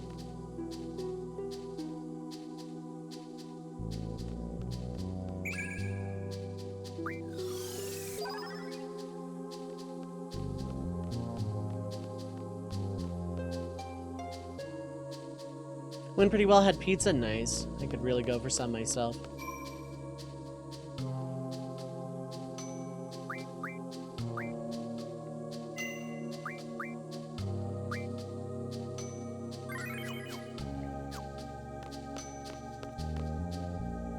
Not allowed beyond here. Okay, well, fine then.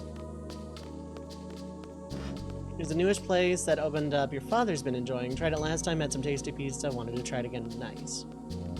Happen to have pizza in the oven, pepperoni Red Baron, nice. I want to get me some round table, but they once again stopped delivering, which is ultimate bizarre.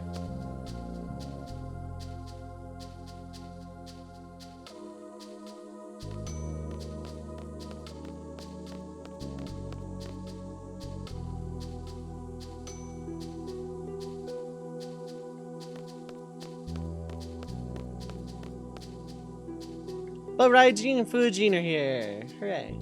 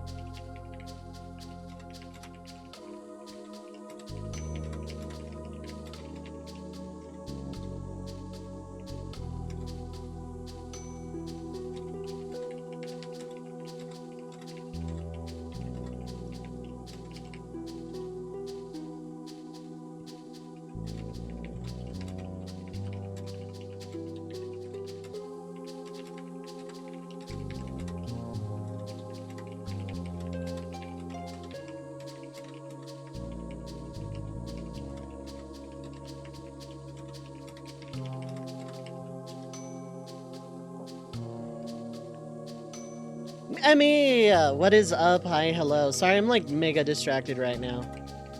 Go follow Emmy. Emmy is nice and deserves nice things. Been putting on some real cozy streams as of late. I hope you are doing well tonight, friend. One of the pizzas is a creamy garlic sauce that was tangy. I am basic. I like just a red sauce. I don't like any other sauce than tomato-based in any pizza. And I've tried a few. I've tried Alfredo and I've tried garlic sauce. They're not bad. They're just definitely not for me. Cozy streams, yeah. Doing good. Red sauce on pizza is the best. Live in New York State, so picky about pizza. I live in the West. I am not picky about pizza. I would absolutely get, like, run over by a steamroller if I were to give pizza opinions outside of my state. I am very basic, though. I like a plain cheese pizza. It's just super cozy in heaven for me.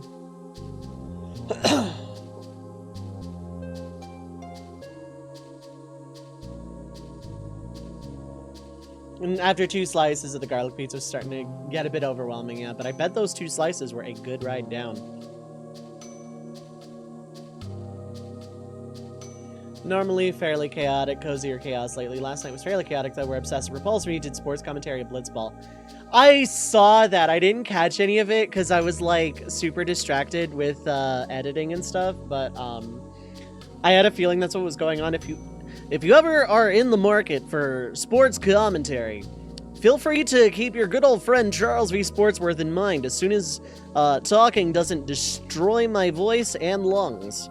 Feel free to give it a go. I did a stream. I think I don't know if you were here or not, but when I did the Sportsworth commentary over Blitzball myself, that VOD exists on Twitch. I haven't moved it to the archive. I want to move it to my actual channel.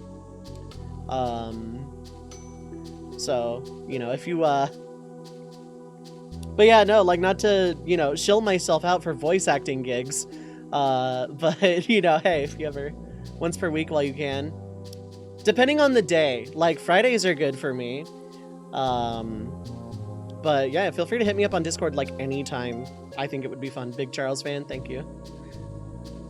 I go for this, college football color commentator turned used car salesman kind of vibe. You know, the type of person who would absolutely have been a big shot in like 84 to 87 and then just fell off the planet.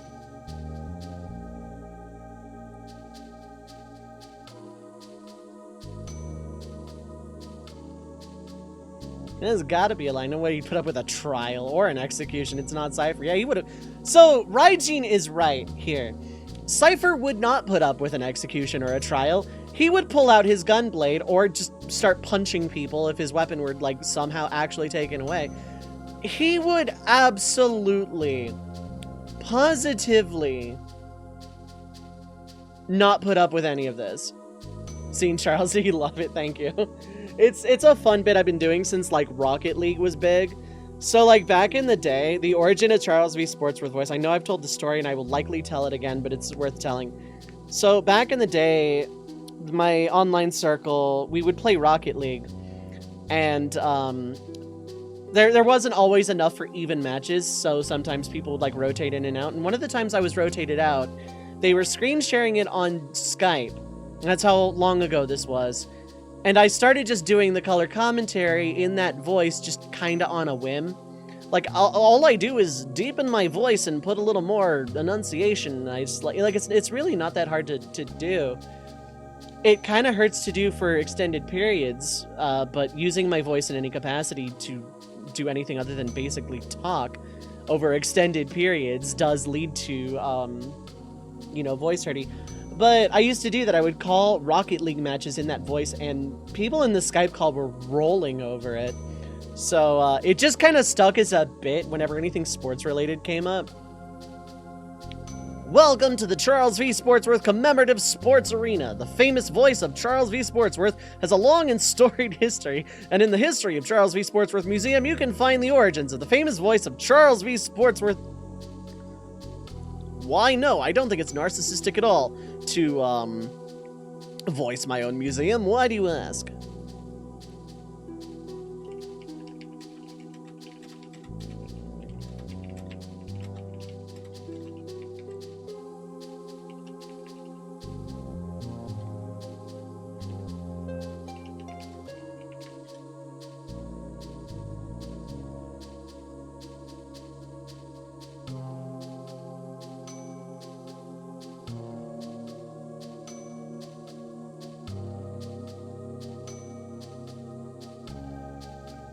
His voice has been in the Sportsworth dynasty for 1,000 generations.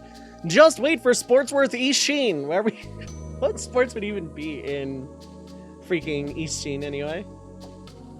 Welcome back to Commemorative Wood Chopping. I am the localized voice. If I could speak Japanese, I would try to do that. But I don't think I can actually say a full sentence in Japanese to try and do that in the Sportsworth voice.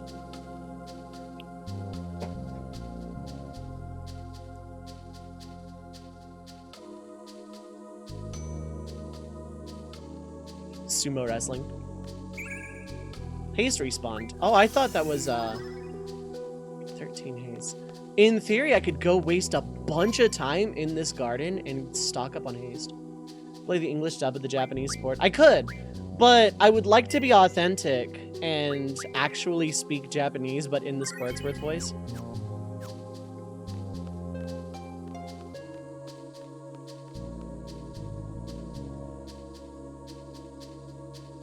Like, I could try. I would absolutely embarrass myself if I just tried to say anything basic in Japanese in the Sportsworth voice.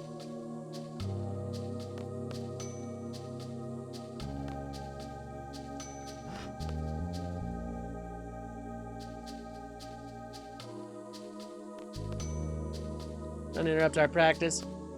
Can I still fight, like, the boys here? This should still be 22, yeah. It's Trabia, okay. I could try and abolish random from Trabia right now. Right, yeah, full on knives. I think I'm gonna do that. I think I'm gonna try and, I need to pick up Galbadia's rules. But, like, I think I try to get rid of random. Dalit's rules, no. Dalit's rules, no. Dalit's rules, no.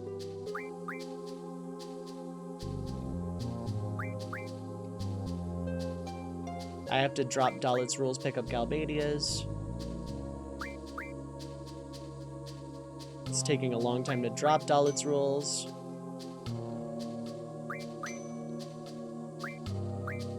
Oh, cool. We're just at one on play cards.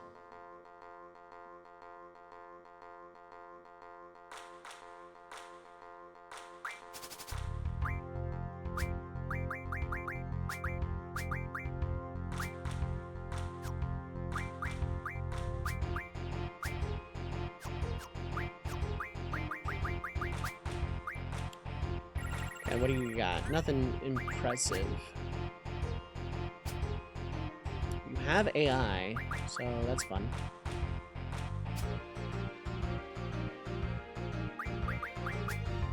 Just gonna do that because I can. Now I just win outright.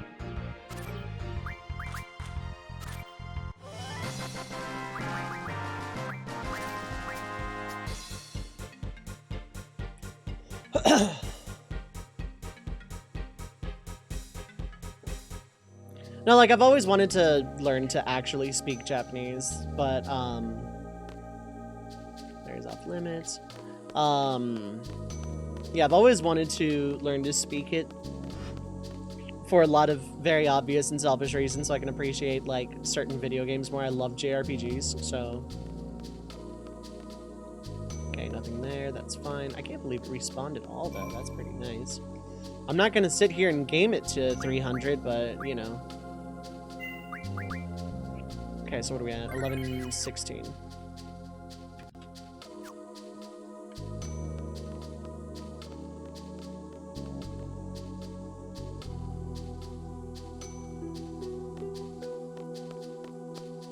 Okay, so this is my opportunity to mess with Trabia's rule set. Trabia plays with random also, so I need to abolish it. Spread open, yes. Spread same, no. Abolish random, yes. I think it also plays with plus. I think Trabia is, like, one of the worst rules to play with. Like this, Sentra, and obviously the space station. Same plus. Yeah, okay, I need to get rid of both. So open spread, yes. Same spread, no. Anything else, abolish, yes. Okay, open spread is fine. Okay, yeah, it's just live. I want to say fighting the hockey team is also possible here, but I guess not because I haven't run into them yet. It's a thing on disc 2, though. Very bizarre enemy that only exists there. Oh, right, it's the other way. Oh, right, I need to drop my rules in the first place.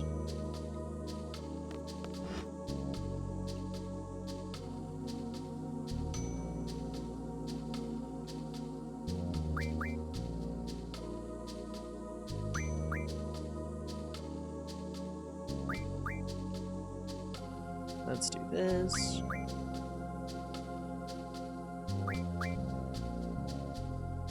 Do this till it drops.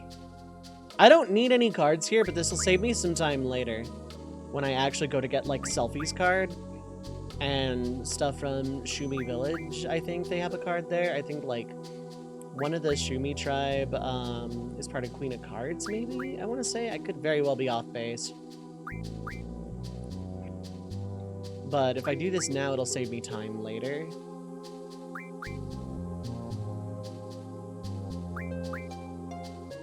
God, it takes forever to, like, drop a rule set that has random or plus in it. Like, God, they really, really want to spread random and plus. Okay, I'm carrying Galbadia again.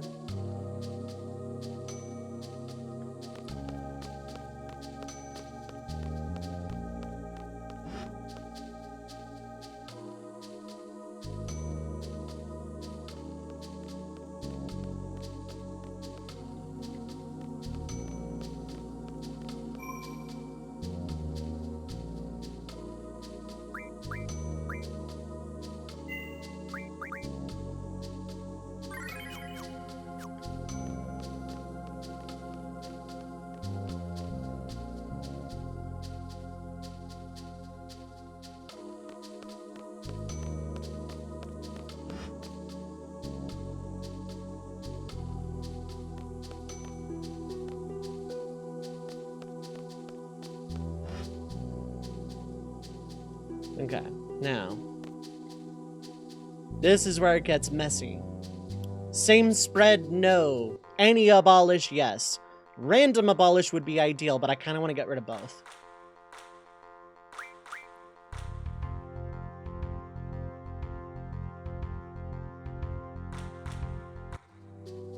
Okay, nothing. I'm carrying Trabia, so nope.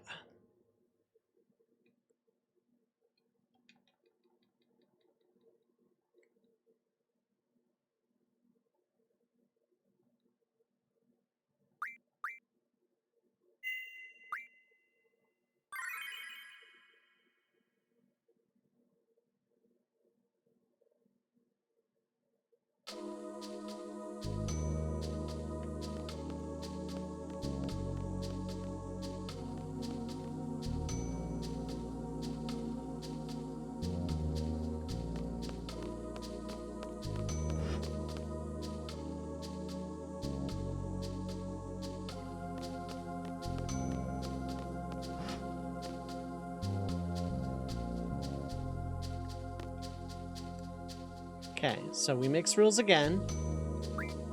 And we hope that random and, well, not both can't be abolished in one go. But I want one of them to be abolished. Same spread is very bad, it is a reset.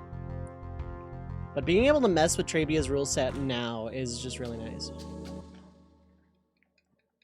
Like, just being able to mess with Trabia's, like, probably the second worst region not counting space. And space doesn't count because, like, one person plays with it after disc 3, and you need to win 2 cards there, yeah, but you abolish random and you freaking pray. You abolish random or plus. I think by that point you actually go for plus. Because honestly, by that point, random is very likely to give you cards that will be good enough to win. Whereas plus, you have to constantly math out all the time.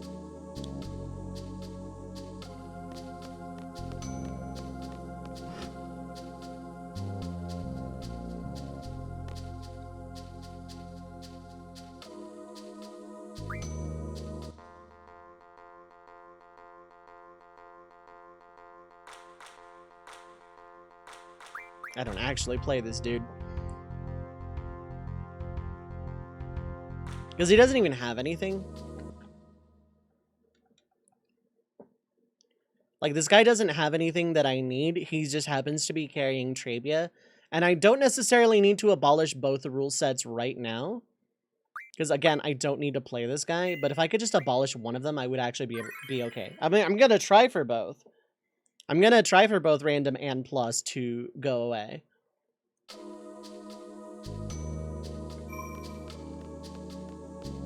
But yeah, like, winning Alexander and Laguna in space is, like,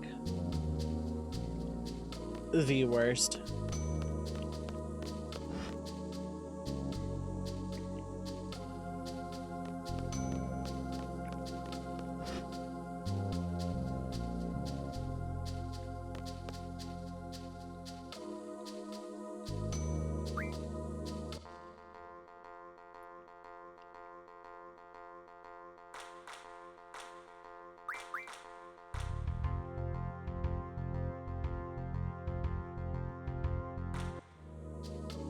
Random rule was abolished.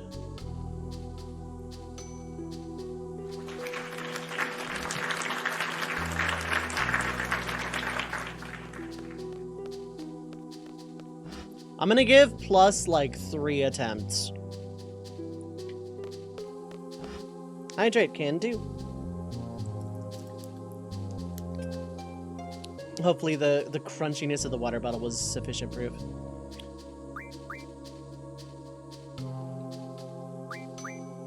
Now we drop Trabia again. I wish this was also a thing a little bit more, like regions that just had someone that played by different rule sets. Okay, so I should just be carrying Galbadia now. Yep.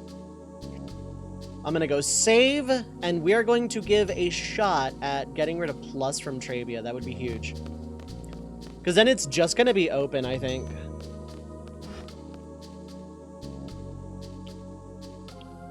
Like, I'll abolish it properly later if need be. I don't want to spend all night working on rules of cards and stuff, but getting rid of plus and random is... Getting rid of random is huge in and of itself. Getting rid of plus would also be big. In all honesty, plus is a more dangerous rule set, so if I see it abolished from the space station later, if I see it abolished from the space station, then, you know, I'll take that and just play around random. Okay, this is attempt number 1. Yeah, I'm giving it a few attempts. I'm not gonna I'm not subjecting this to everybody all night.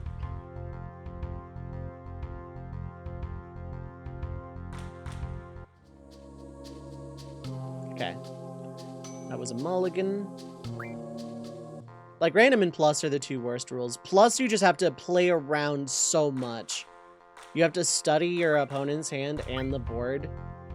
And you have to be careful what you play, like, all the time. Okay, that was nothing.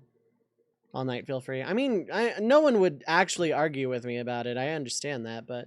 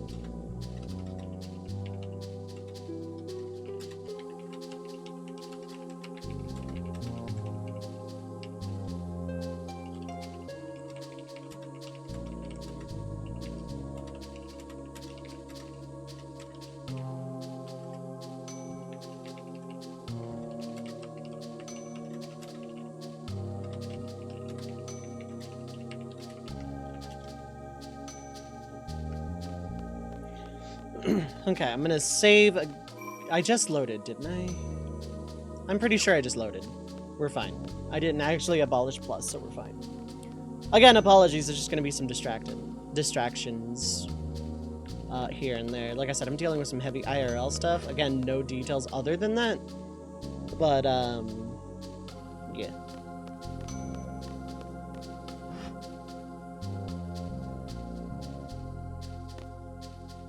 Okay, rules unfamiliar.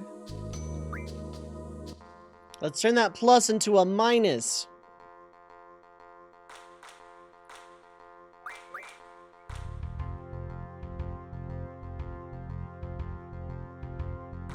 I am happy that I'm getting over all this though.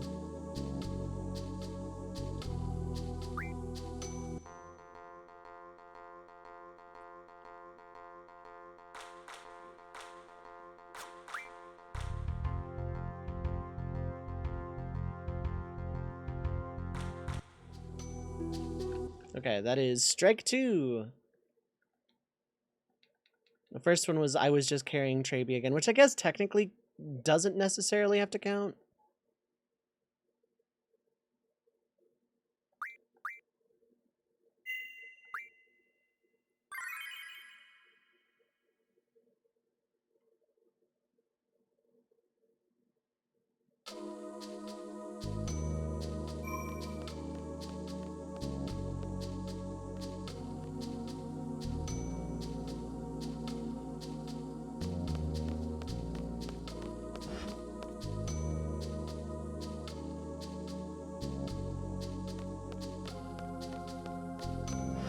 Don't interrupt our practice, but I want that draw point.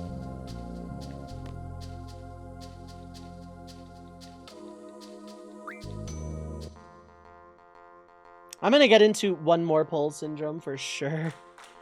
Just like trying to get rid of this one. Just one more play, one more attempt, one more. This one didn't really count. Here's why. Okay, look, one more, one more pull. See, at least I warned y'all ahead of time. I'm not gonna actually be playing triple triad against this guy. I just want to abolish a rule. Okay, so 3 attempts where it's not I just, you know, carry Trabia as is.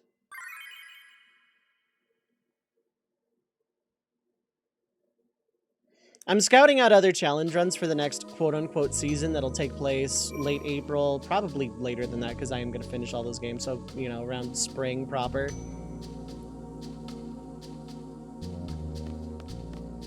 Actually, no, spring is in March anyway. So, aiming for summer, I guess. Wow.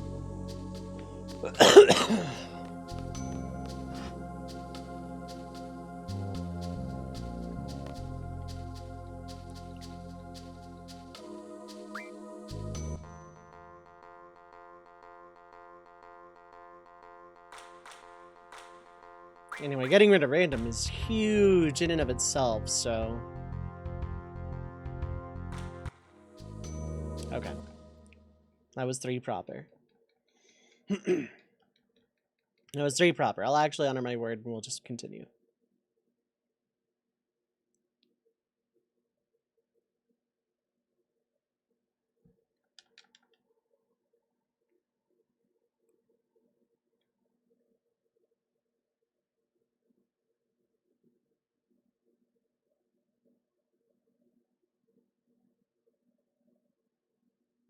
Just need to do that. Go back to that.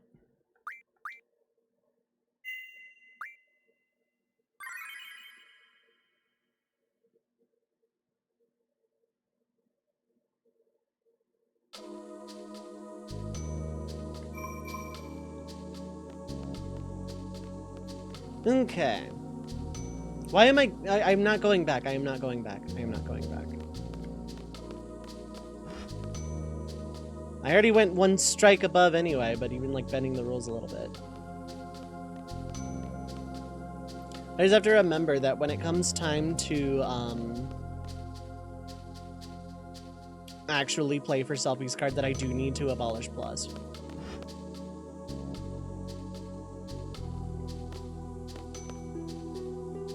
I could have sworn some of the students here actually had good cards. Are you still not gonna let me? Yep.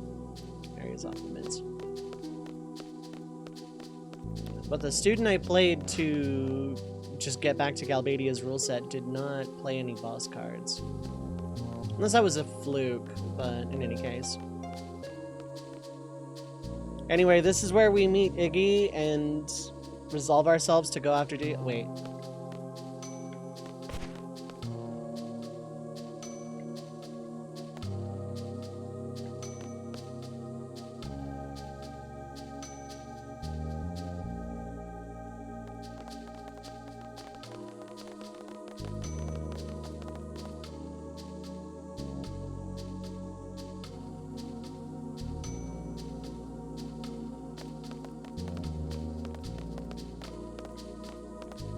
We just talked to Renoa, yeah.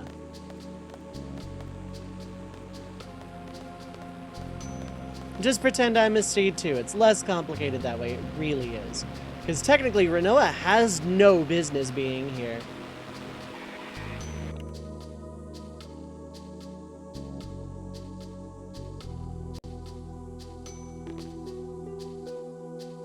Yeah, Renoa literally has no business being here.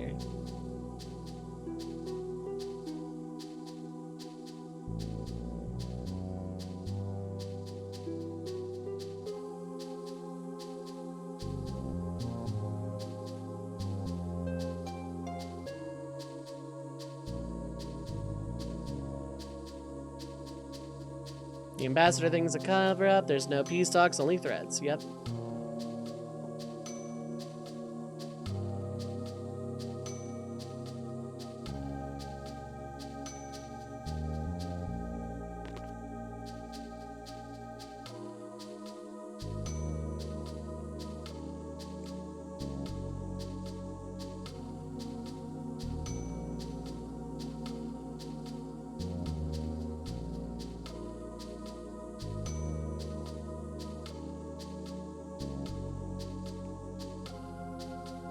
An elite sharpshooter from Galbadia Garden.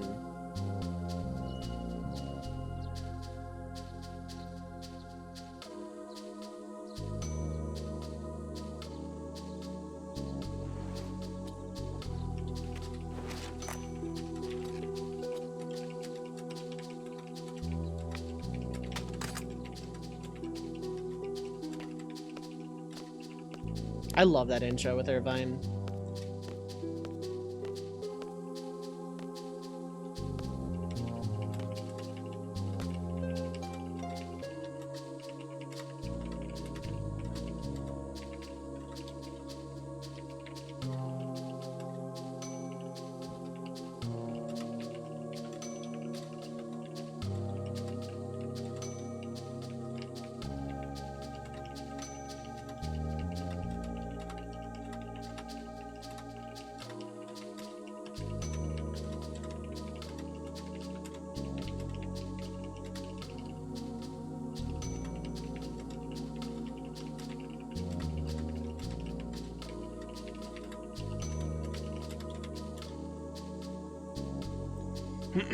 Irvine is the sharpshooter. He's gonna snipe with a shotgun.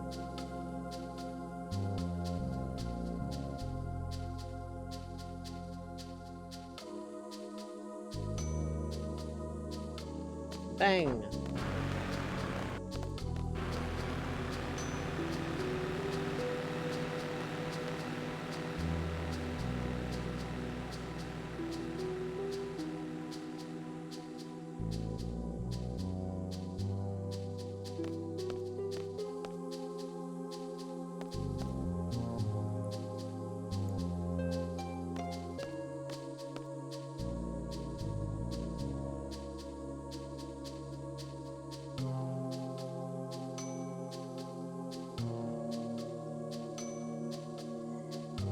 There's two hilarious scenes here. No scope sniper shotgun, yeah. There's a hilarious scene here if you let this party play out. And also if you do a different party, I think.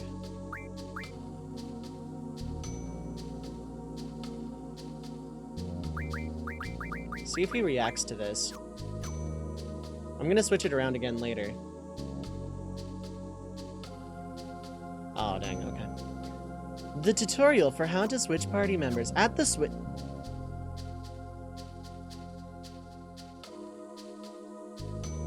I thought he reacted to having an all-male party. I guess not. I could have swore he did. Okay, so we do switch. First off, yes. I don't really have any good blue magic for Quistis. But I think her gaining some levels here is probably not a bad idea.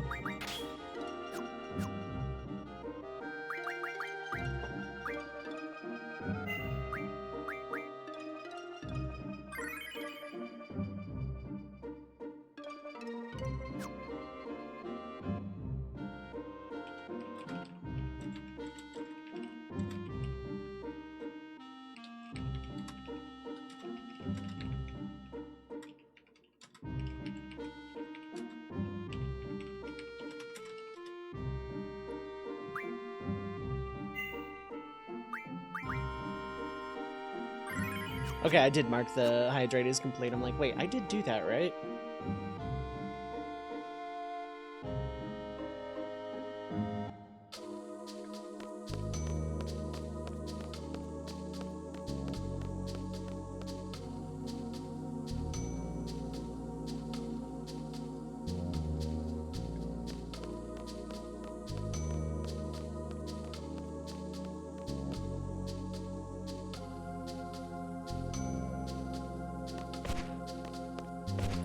To open all of these, then I'm going to go in them incorrectly.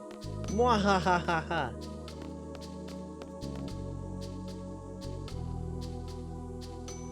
Cannot stop me. Anyway, haste should still... Okay, it's not there anymore. Maybe that was one time and I just, like, something weird happened with it? I don't know.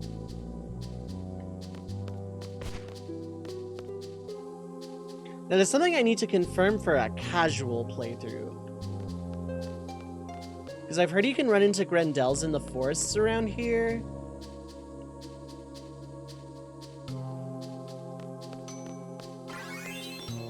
Okay, there we go. That's gone.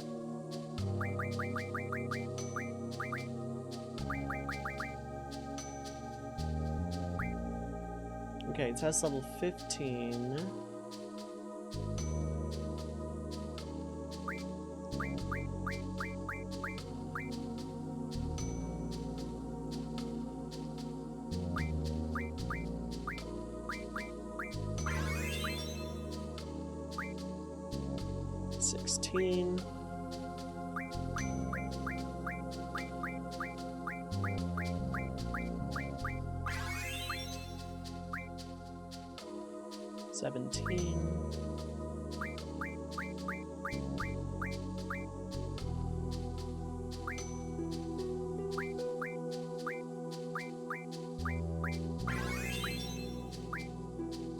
Okay. There we go. Up to 24.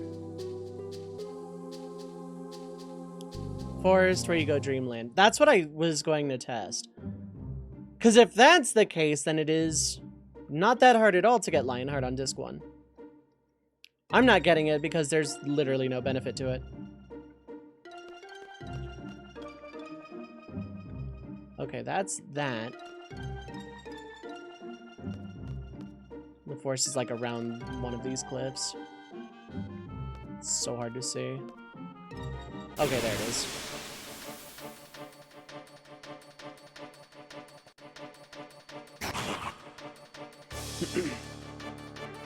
What does Belhelmel give magically? Let's find out. Yeah, this is thunder magic. Ooh, you hit though.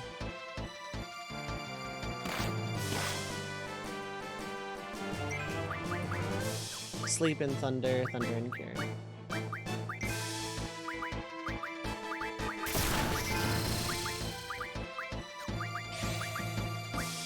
I want a round of curing in battle here for free. Heal estate.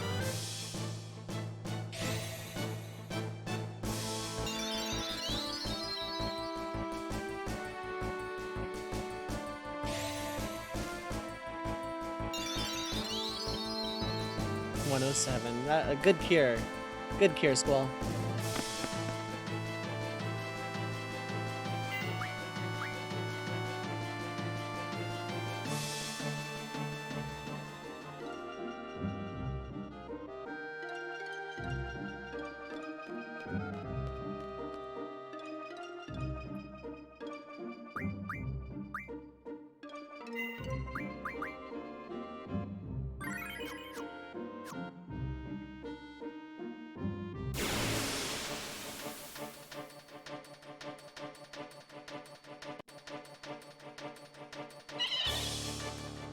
Oh, wait, maybe you'll have breaks? This is a dangerous game I'm playing, but I have enough sooner. No, okay.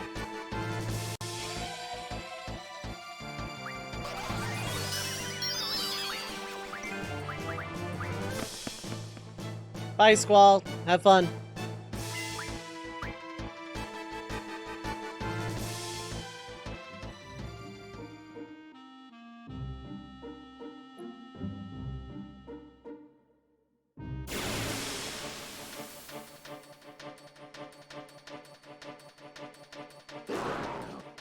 Okay. Oh, no, wait, no, that's Wendigo. Never mind. Berserk. I don't need that.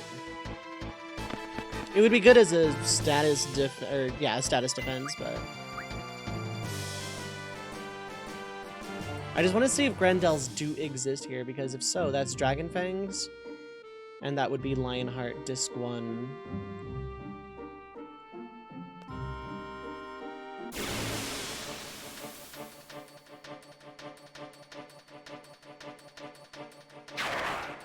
That's an Ochu. Probably do a lot of status effect stuff. Silence and Blind.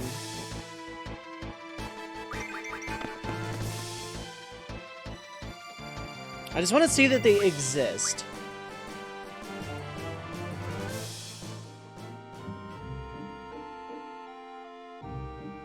I just want to see that they exist.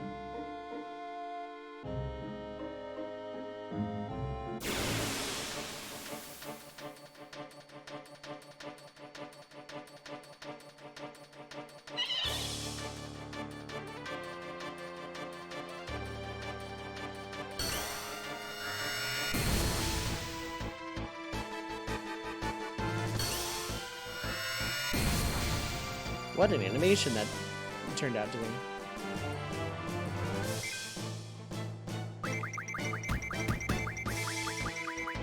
Oh, that's gradual petrify. Okay. They might be rare. Yeah, they might be on the rare side.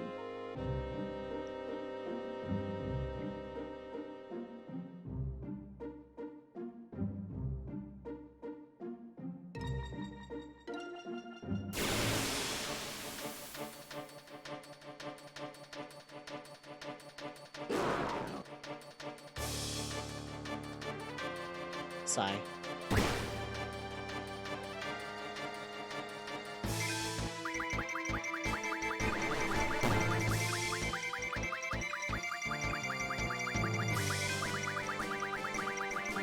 Come on.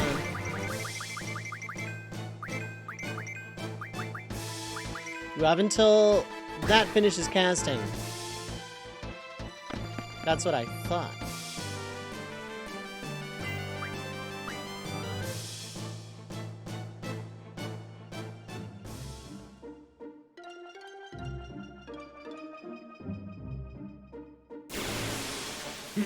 I'm gonna give it a few more attempts. It's probably rare, yeah, but...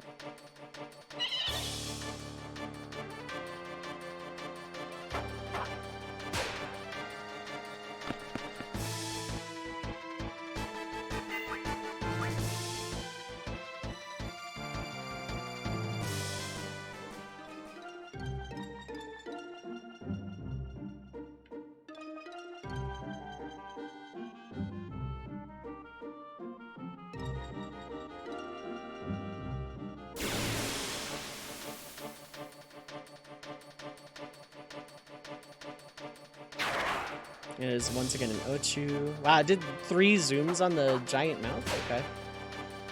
Not sure that was necessary.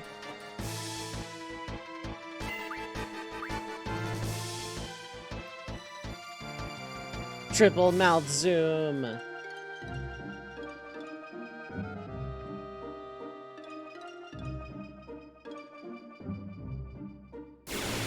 I'll give it like a few more.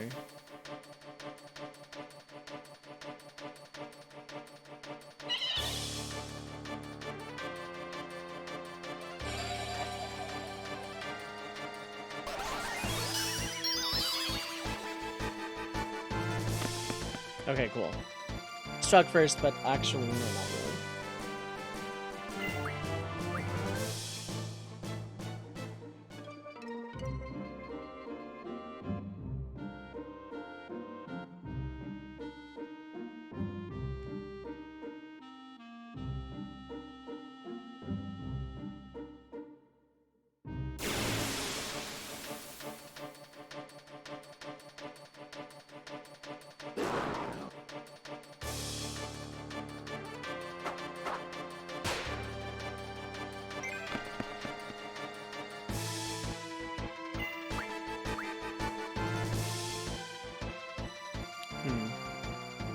Like, I'm sure it's in this forest, but...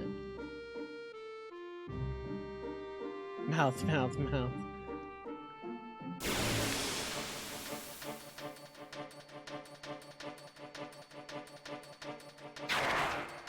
Okay. There it is again! Mouth, mouth, mouth.